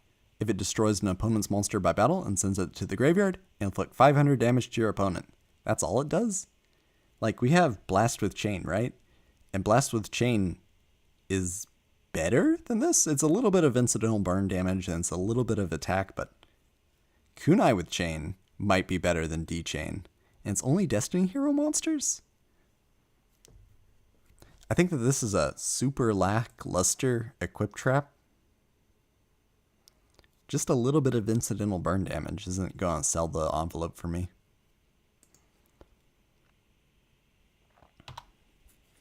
Next up, we got strange symbols. We got crop circles.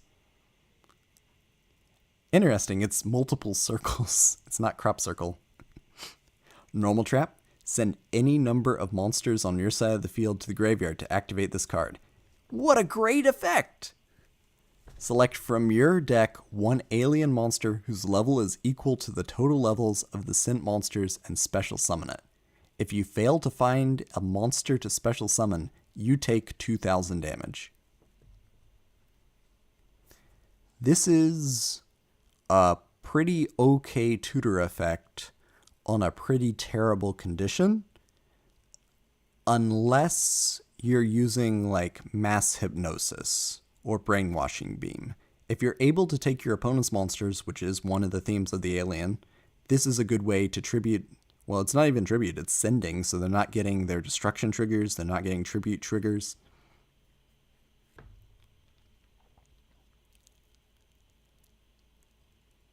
And it's a decent tutor effect, sorta.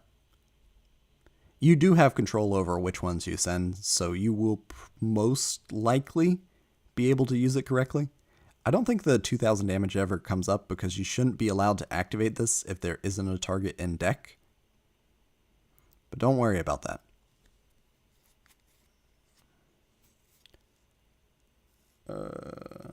Kunai with Chain wasn't out in the TCG yet? Oh. Looks like the eye sideways. Yeah, it's the Eye of Horus, I believe. Fun fact, if you don't have a target, you can't legally activate this card anyway, so there's no point in the downside. That is so weird, yeah. I'm debating. There's a lot of ways to take a monster for just a turn. Sending it to graveyard with crop circles is not a bad idea. If you're like running enemy controller, just steal their monster. If you're running brain control, just steal their monster. A lot of alien monsters like stealing monsters. A lot of alien cards do. It synergizes pretty well with the archetype, and it's a pretty good tutor directly from the deck. It is a little slow. Kunai with Chain came out in Duelist Genesis. Okay, we don't get Kunai with Chain. So D-Chain is a little bit better, I guess. Ancient Egyptian Aliens. Oh, aliens did it. I think it's okay in archetype. Where's the ancient alien guy when you need him? Maybe in the premium edit when I finally get around to it. Aliens. I like crop circles. I'm going to play around with it at least. I love the artwork. I love the artwork of the Paths of Destiny. Normal trap, both players toss a coin once. If a player's result is heads, they gain 2,000 life points. And if the result is tails, they take 2,000 damage. So there's a 1 in 4 chance that this is a 4,000 life point swing in your favor? I guess?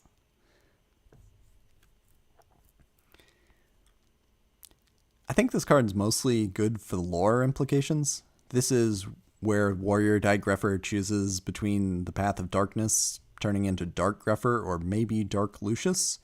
The lore is a little bit messy with Dark Greffer. There's like multiple different evolutions of the one card. Or he takes the Path of Light and he goes and becomes Light Ray Greffer. This card is important in Nurse Burn. Yeah, that's true. I'm definitely putting it in the gimmick tier, because I think that Nurse Burn is a gimmick in itself. If you have Dark Lord Reficule, which I believe is the current name of what used to be Nurse Reficule, you activate the Paths of Destiny, your opponent always takes 2,000 damage, and you get a 50-50 chance of gaining 2,000 life points or taking 2,000 damage. There are other cards in Nurse Burn, like Gift Card and Choose 3? Try and Guess, I think is the name of it. But this is another option for that deck. I don't think that deck's particularly good. It's cheesy, though.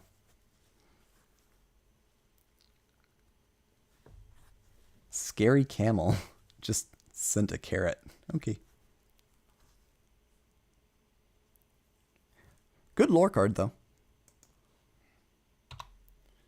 Next up, Orbital Bombardment. Hey, we get to see what the Flying Saucer Musiki is up to.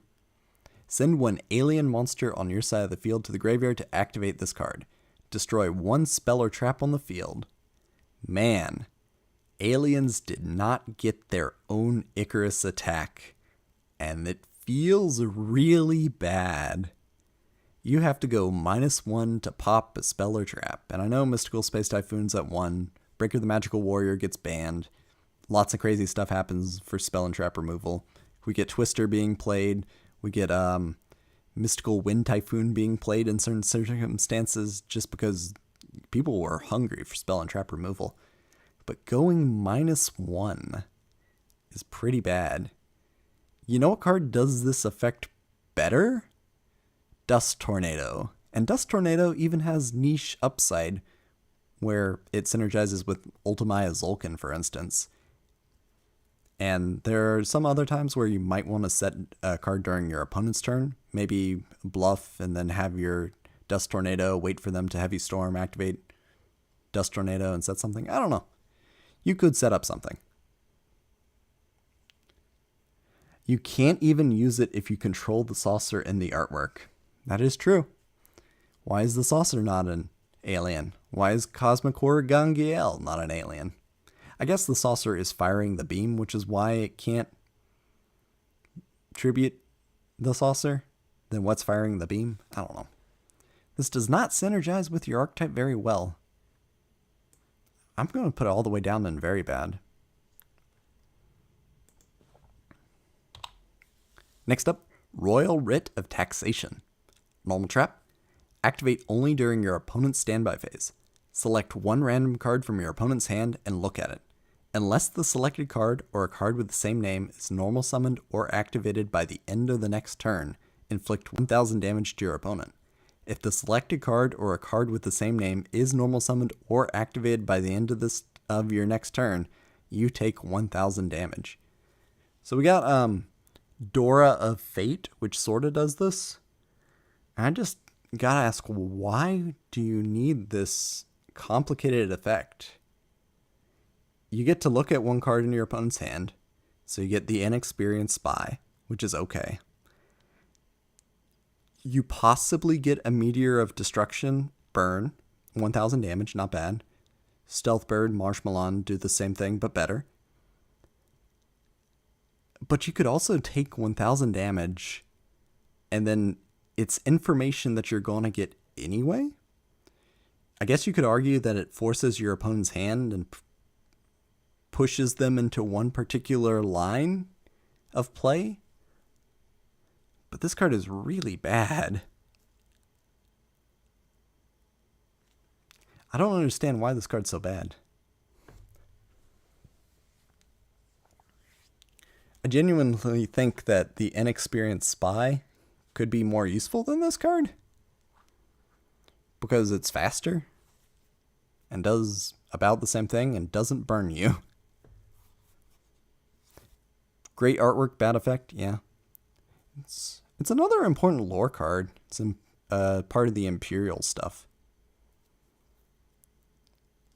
I think this card's awful. Next up, Wonder Garage. Normal trap. When this set card is destroyed and sent to the graveyard, please stop printing these cards. These Dark Coffin, Spell Calling cards, Self-Destruct button, please stop printing them.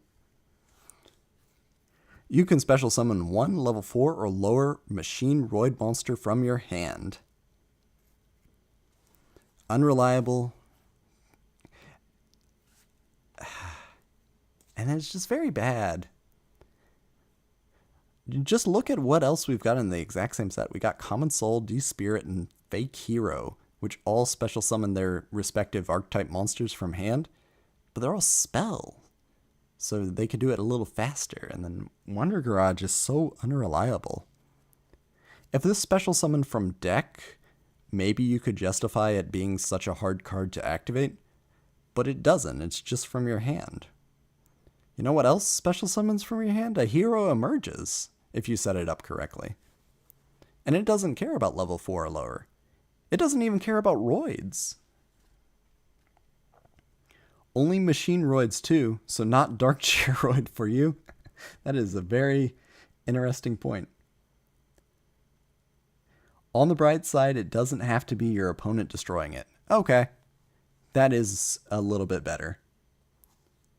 This is maybe 20 times worse than Waking the Dragons. Yeah, I can say it's significantly worse. Oh man, my Chimera Tech Overdragon. Oh wait, that sends, doesn't it? Chimera Tech Overdragon might not even trigger Wonder Garage.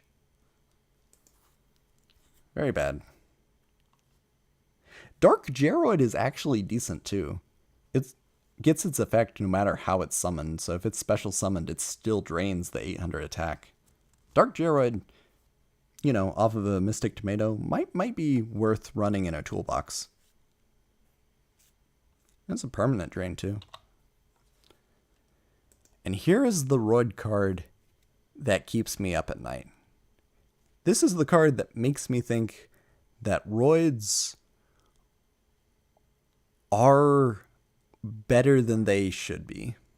We got Supercharge. Normal trap. If an opponent's monster declares an attack while all monsters you control are machine Roid monsters, minimum 1, draw 2 cards. This isn't Pot of Greed. It does say draw 2 cards. Condition's a little bit more difficult. Your opponent is going to be attacking, and if you're running a Roid deck, then you're going to have Roids. So it's not a crazy condition. It's not if this set card is popped. And then it draws cards. Is this card better than Reckless Greed, for instance?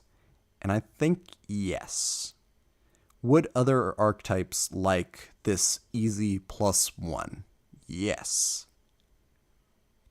Is this card better than Accumulated Fortune? Yes.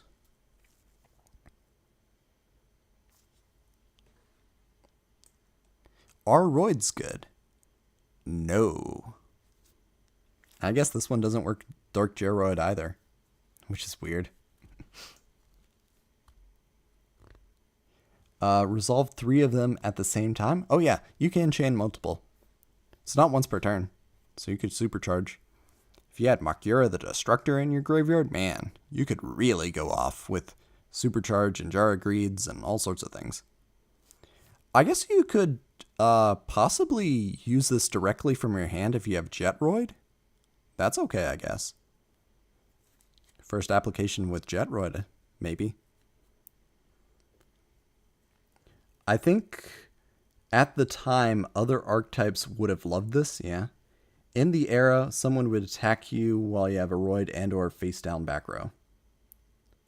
Oh, in this era, would someone attack I cannot read.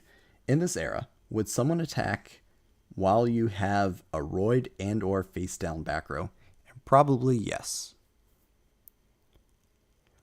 I think they know that you have a trap, but you're also running Roids. It does synergize with Speed Roids, but by the time we get Speed Roids, the game's too fast. I think there is a grindy, resource-loving Roid deck that uses Supercharge, uses Express Roid, and maybe some other Roids, and gets something accomplished at some point in the game. But we'll play around with it. We'll find where peak Roid is.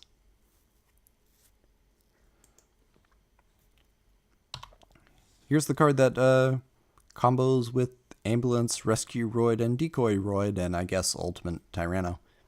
Cyber Summon Blaster. Continuous trap. Each time a machine monster is special summoned while this card is face up in your spell and trap zone, inflict 300 damage to your opponent. If you can loop special summon, especially if you can loop special summon and tribute or burn or do something with it once it's on the field to set up the loop again, this card can single-handedly remove all your opponent's life points. That's pretty strong. I think the fact that it's a trap is preventing some of the cheese that you could do with it, because you can't exactly FTK. You can pseudo FTK with this in the right circumstance. It's also such small damage. I guess it doesn't even have to be special summon from the graveyard. You could special summon it from the hand, then bounce it, then special summon it again and again. I think the problem is you can't FTK with it. That's the only reason why I'm hesitant to put it in the design mistake territory. World's worst FTK enabler.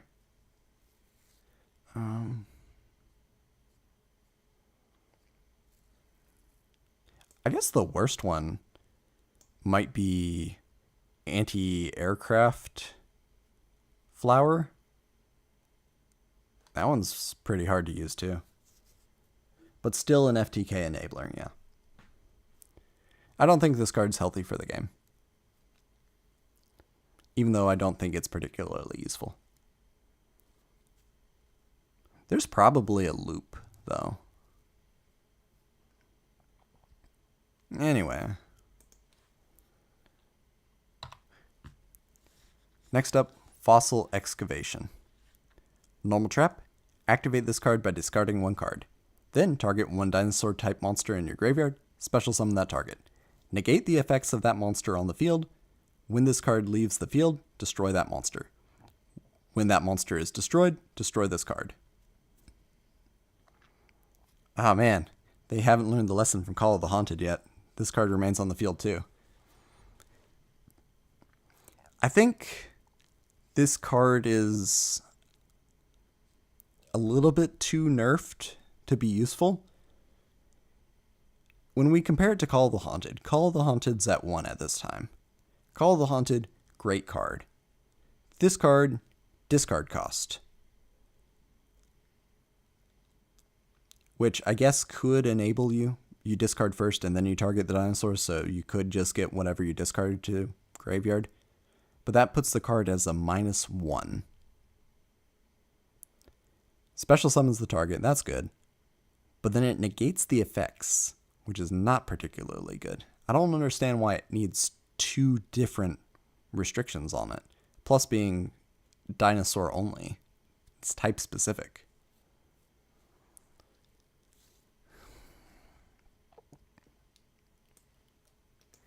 I just can't afford that card disadvantage.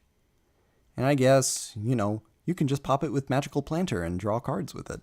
Well, yes, if you tributed the dinosaur, but that's a lot of work. And that's still a -1 overall. I don't count Fossil Excavation as a useful card in terms of card advantage counting, but that might just be me.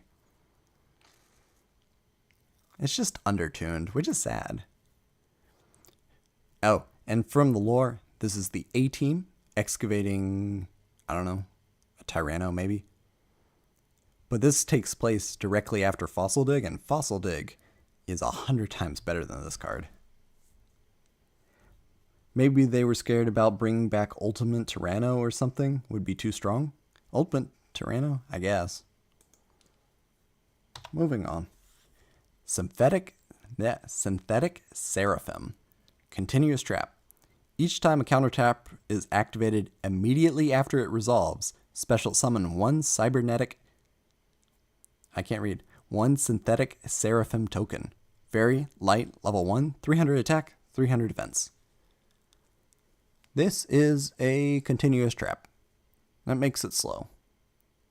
I think by the time this card gets useful, this is great. This is free card advantage. This is tokens. That's not a bad thing. But what are you doing with the tokens? I guess in your Counter Fairy deck, maybe you're setting up to synchro summon with them. But by the time we get Link summoning, I guess Counter Fairies in general, though, are more geared to be a slower deck, and they do necessarily run trap cards since they're Counter Fairies. The effect's good. You love being able to get free tokens, free advantage, free extension. The condition's not that hard either. It's not once per turn. This does mean that you have monsters to tribute too. If you need to tribute a monster to activate a card like, I think Horn of Heaven requires you to tribute a monster.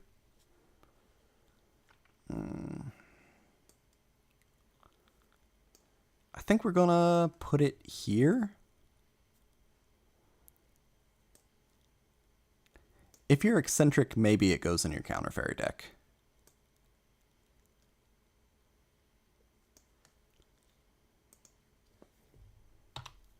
Next up, Brainwashing Beam.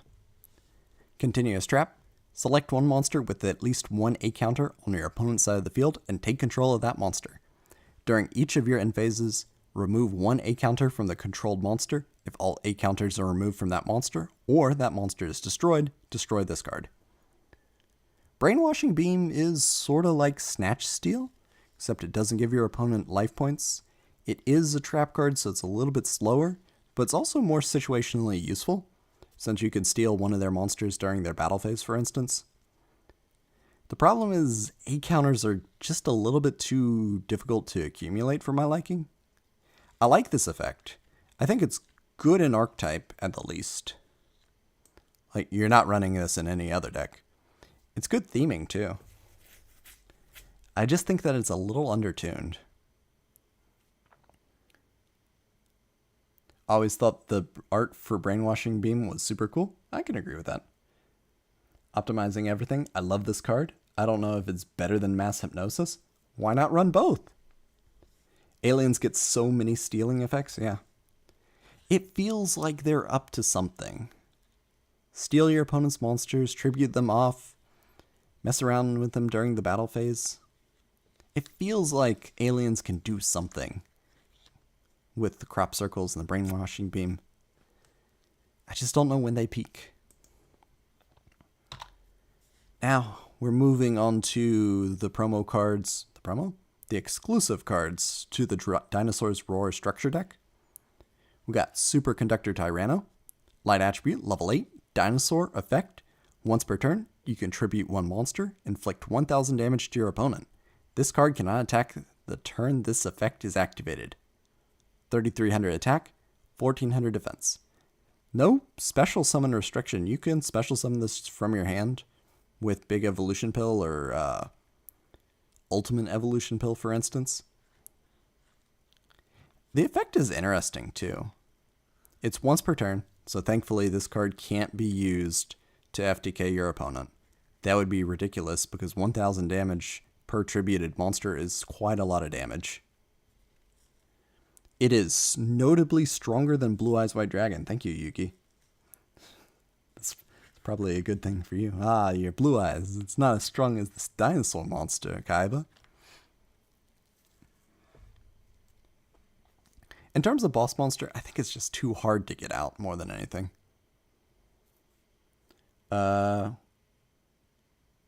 Would dealing 1000 damage be better than attacking with a 3300 beater?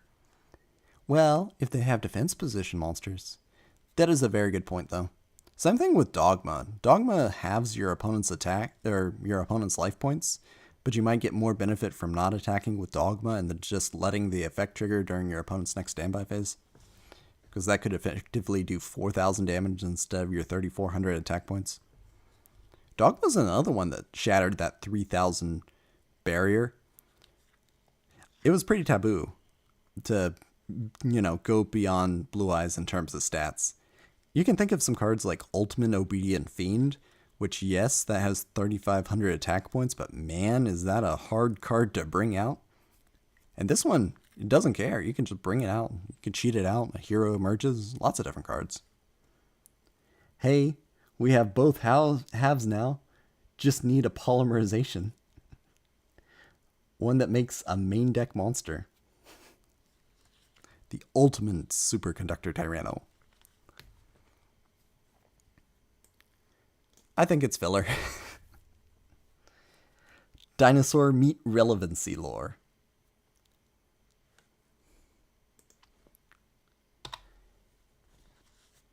We've been talking about this a lot. I guess because the previous set was, partially dinosaur themed. They love foreshadowing the next structure deck in the previous set. Like they did it with the Lost Millennium and all those rocks, and then you got the rock deck. They did it with the previous set, Enemy of Justice, all the wind monsters for the Lord of the Storm deck. It's interesting foreshadowing.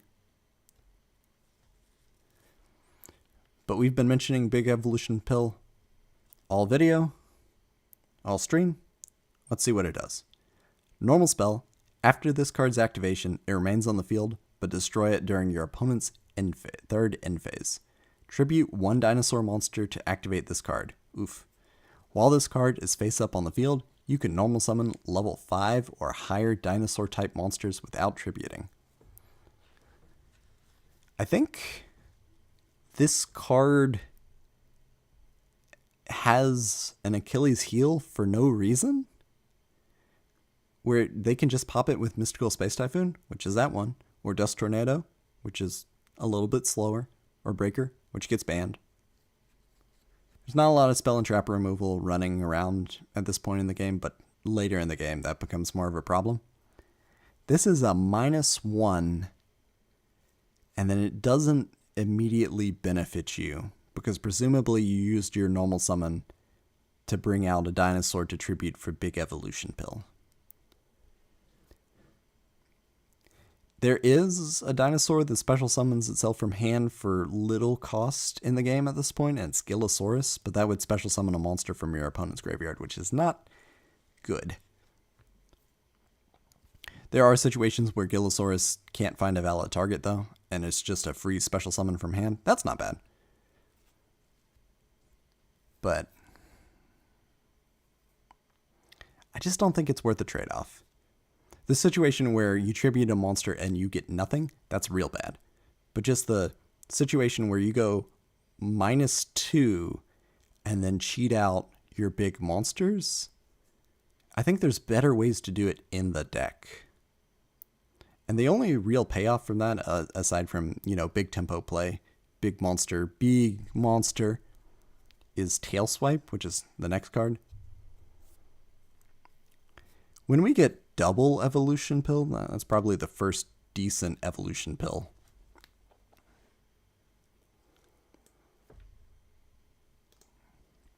I want to make this card work. It's just you don't have great tribute fodder.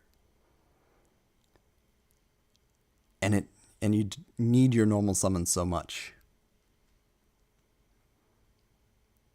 This also means that the card gets less mileage out of itself,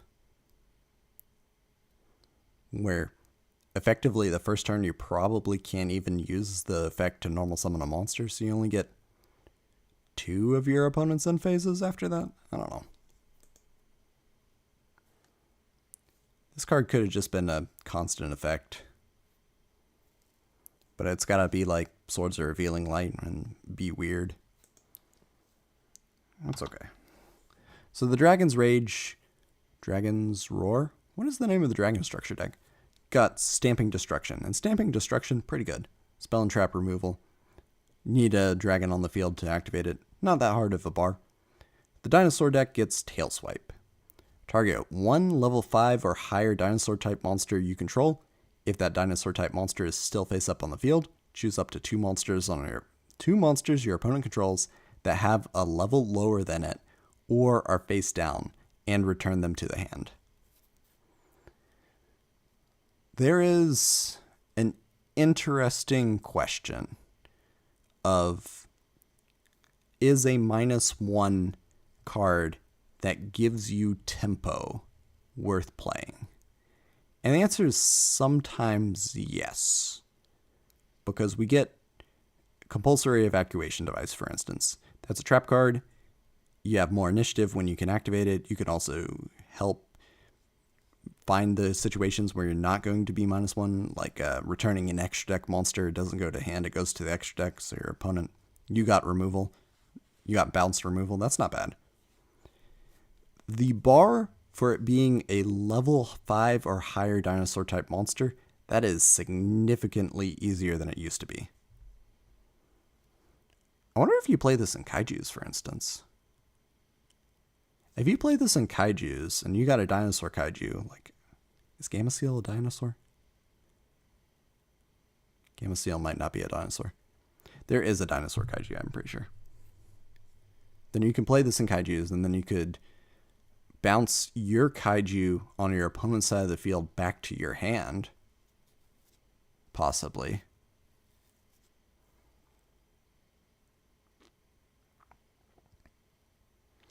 This is soft removal. And it's 2 for 1, but still a -1. Is it worth the tempo push? Because you are setting your opponent back some serious resources. Because getting a monster on the board is real hard at this point. Your normal summon is about equivalent to 1 card in terms of advantage.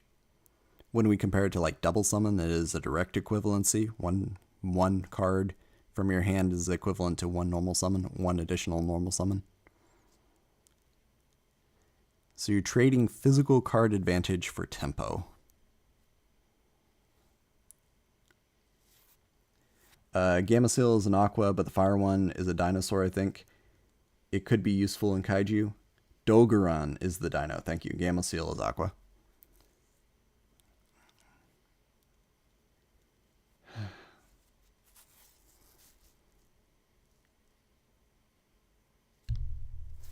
I don't know. I've been debating whether or not this card is even good in its intended strategy.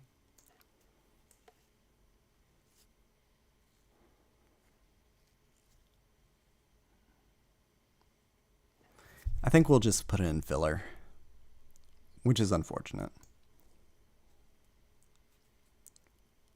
Because it's not a bad effect, and it's not a bad condition either. Though Dogeron has some of the best stats, harder to take down if you end up needing to battle him. Okay.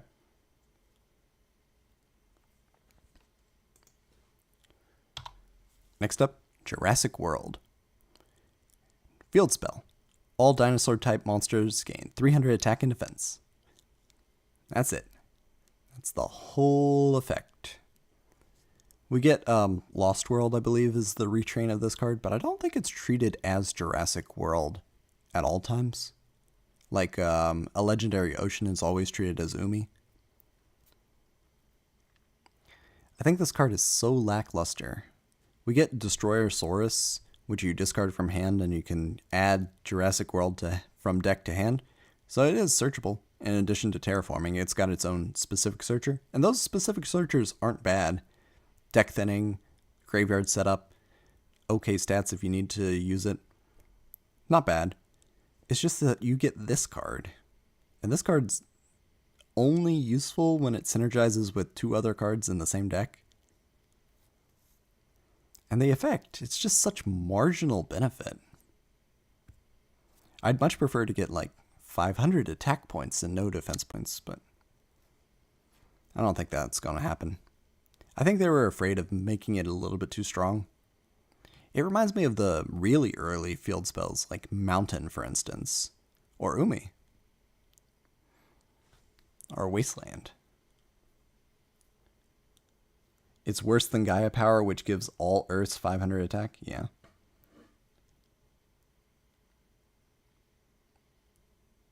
Ah, the boring dino field. Can't wait for the funny one.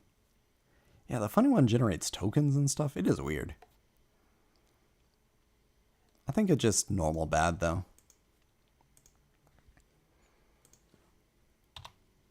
Next up, Hunting Instinct. When a monster is special summoned to your opponent's field, except during the damage step, special summon 1 dinosaur monster from your hand. This is okay.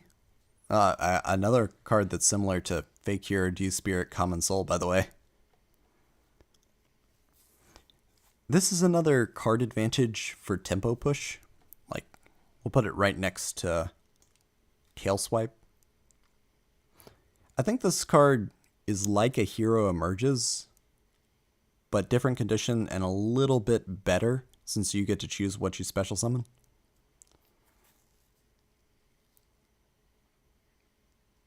Would I like this more or less than Arrival Appears or, what is the other card that we got this set?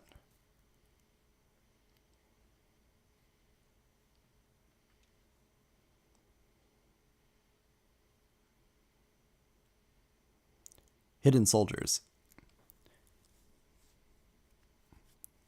This card is actually really similar to Hidden Soldiers now that I think of it.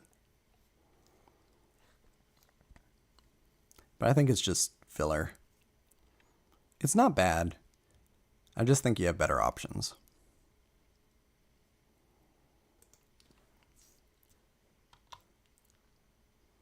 Next up, Survival Instinct. Normal trap. Banish any number of dinosaur-type monsters from your graveyard. Gain 400 life points for each dinosaur-type monster banished to activate this card. And that's it. That's the whole effect. That's all you get, is life point gain. And it can be a decent amount of life points. The deck that this came in has Tyranno Infinity, and Tyranno Infinity gets lots of attack points. Woo! But I just don't see the benefit. This is going -1, gain a whole bunch of life points, empty your graveyard, which means you can't use Fossil Excavation, for instance. It does set up plays with Return from the Different Dimension, which that card's okay. But I think there are better options to mass banish if you really need to.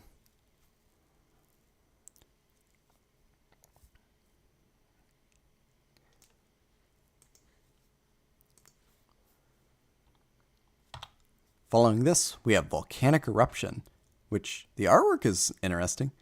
It's a direct parallel to the Lost World that we got, or Jurassic World. What is the name of the card? Jurassic World. Lost World's the other one. We get the Volcanic Eruption. But wait, this card is not treated as a volcanic card, so it's not searchable by the volcanic archetype. Real funny to me. During your end phase, if you control Jurassic World, destroy all cards on the field. This is a board wipe. Itself is not searchable, but Jurassic World is searchable. So this card is more consistent than it sounds. But is it good is the question. Are you playing a lackluster field spell just so that you can reset the board?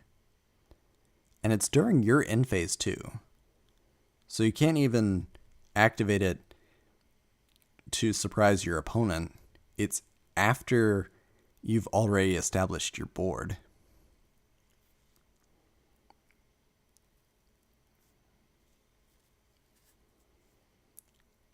Which means that this card has to be set, and then you gotta wait an entire round before you can activate it. Why is it only the end phase? Yeah. I really think if it was during either player's end phase, it'd be significantly more playable, but the way it reads is just a little weird. And it's not like you could set up something and then bring out afterwards, because it destroys all your spell and trap cards. So you can't even like Ultimate Offering and then summon stuff during your opponent's battle phase, because it wipes your board too.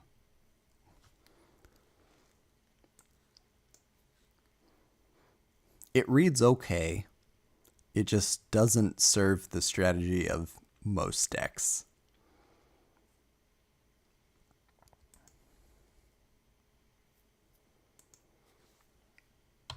Okay. Next up, Seismic Shockwave. Another card referencing Jurassic World. Continuous trap. Activate this card when a face-up dinosaur-type monster you control is destroyed and sent to the graveyard, except during the damage step. Choose 3 of your opponent's unused spell and trap card zones. Those card zones cannot be used. Destroy this card during your 3rd standby phase after activation. If you do, you can target 1 dinosaur-type monster in your graveyard, add that target to your hand. I think if this was just a trap and it, gave you a dinosaur-type monster to your hand, that'd be okay. It wouldn't be a great effect, but it'd be like the warrior returning alive, except it'd be on a trap, so it'd be slower. It's also dinosaurs, so it's not as good as the warrior returning alive. But the fact that you gotta wait for a dinosaur to be destroyed, and granted, a lot of your new dinosaur cards like to destroy them. It's a trap card. And then that effect of just removing your opponent's spell and trap card zones is not very impactful. This plays to like a super control dinosaur deck, and that's not what the deck is trying to do. I think this card, at least it pays for itself, but it does nothing for 3 turns, and if your opponent pops it during those 3 turns, it does nothing, period.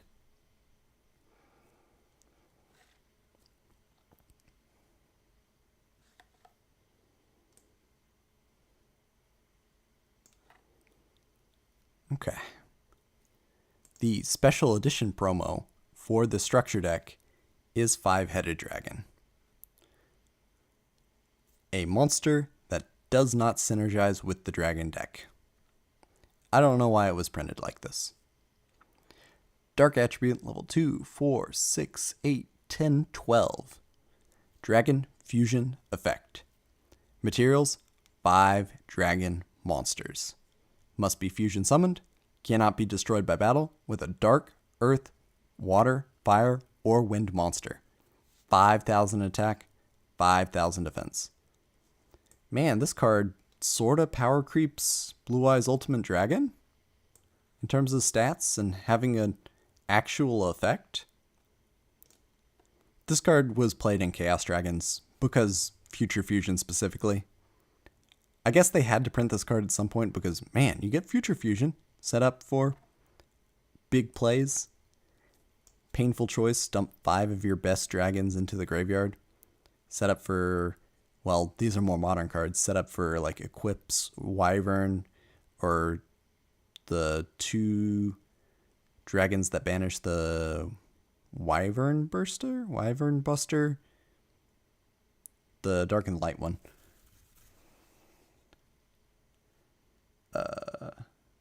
Who is trying to destroy this by battle? Still iconic, though. Future Fusion kept that man employed. 5-headed dragon was really good Future Fusion in Dragon's Mirror. Yep. This is a big moss monster. Glad you can't bring it out with Cyberstein. That's another good improvement. This card has a decent amount of protection by battle.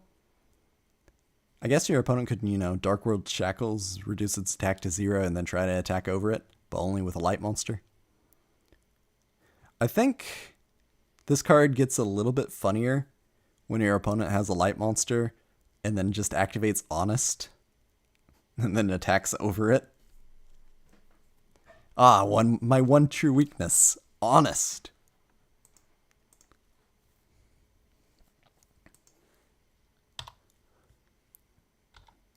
Oh, you didn't tell me. I never advanced to 5-headed dragon?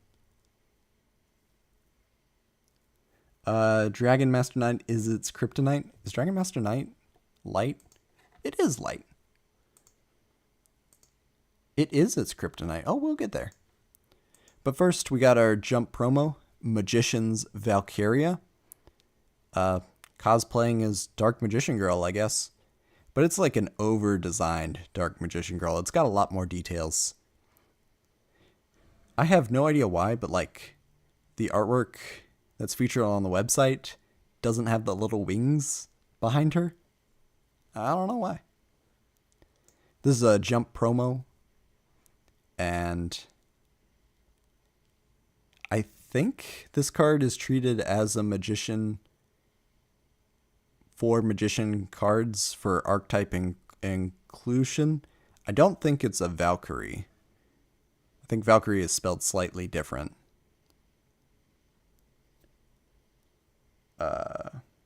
Wings needed to be censored to protect the children. I don't know why. But what does it do? Light attribute, level 4, spellcaster effect. Monsters your opponent controls cannot target face-up spellcaster monsters for attacks except this one. So it's another card that is unable to lock your opponent out of attacking. 1600 attack, 1800 defense. It's another lightning Roid. Another lightning Roid? Another lightning rod. Where did we put Decoy Roid? We put Decoy Roid here. I just think it's bad. Maybe if its stats were a little better, but it's got no hook. I don't understand the lore either. Magician's Valkyria is basically marauding captain for spellcasters. Well, Marauding Captain can stop the attacks, and Marauding Captain can also special summon another Marauding Captain. Marauding Captain can also special summon Sacred Crane, which is nice. Marauding Captain is just great.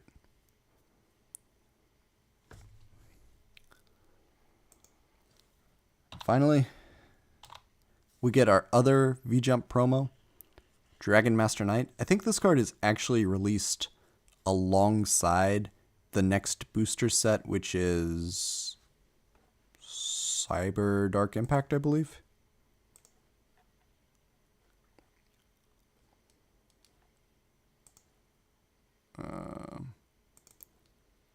Yeah, Cyber Dark Impact is the next booster set.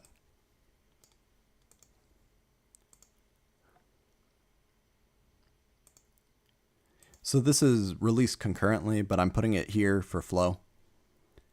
And because I forgot to have Blue Eyes Ultimate Dragon in a previous one, and I thought that it was necessary. Okay. Dragon Master Knight. Light attribute, level 2, 4, 6, 8, 10, 12. Dragon Fusion effect. Materials are Blackluster Soldier and Blue Eyes Ultimate Dragon. Must be fusion summoned. But it doesn't say must be fusion summoned with the above cards, so you could use a fusion substitute, like the Forgiven Mating or Mystical Sheep number 2, or Versago the Destroyer. There are options. You could also use Prisma and copy Blue Eyes Ultimate Dragon, for instance.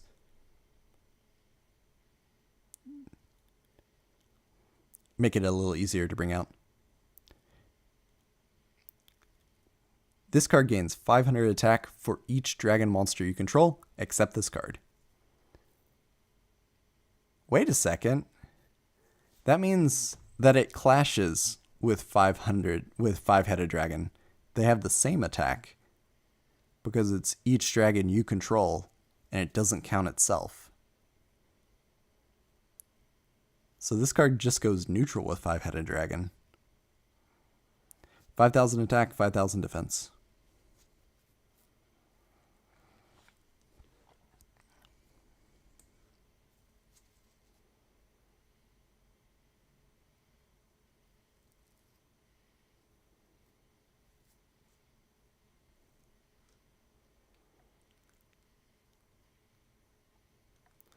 I think it's just normal bad. King of the Swamp. Ooh, that's another one. There's also Beast King of the Swamp. Lesson of the day, if you're going to act like Marauding Captain, either go all the way or try something else. Dragon Master Knight might be the biggest, dumbest, most bodacious bungler in the game until Magia.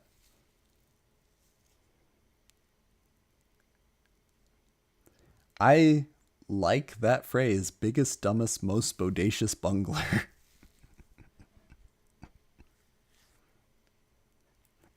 If I get t-shirt merch, I think biggest, dumbest, most bodacious bungler is going to be on the t-shirt. That is great. You can tell it's late. I got the sleepy ha-has. Biggest number. Dragon Master Knight might be bad, but consider 5,000 attack. Yeah. I think Dark Paladin might still beat it, though. Dark Paladin gains attack easier, and Dark Paladin has a higher ceiling.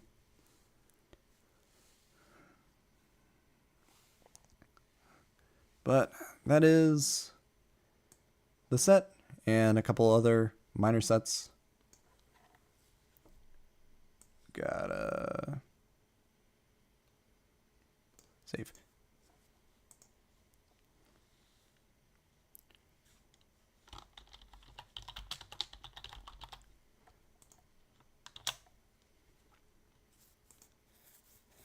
Save and download. Next week, we're going to talk about Cyber Dark Impact, and I believe the set is named Cyber Dark Impact, but it doesn't actually have the card Cyber Dark Impact in it, which is weird. I believe they did that with Labyrinth of Nightmare too. I can't explain why you name a card or name the set after a card and then don't include the card. Some of Konami's decisions are baffling. But that's going to be next Thursday. So hopefully a little bit earlier. Today we had technical difficulties and keyboard not working. But it was my fault. I didn't program the hotkeys correctly. Yeah. Fun stuff coming ahead. I'd be proud to have a BDMBB shirt, lol. Thank you for the stream. Thank you for coming, Optimizing Everything. Thank you everyone for coming. It's time for bed. Hope everyone sleeps well. Good night.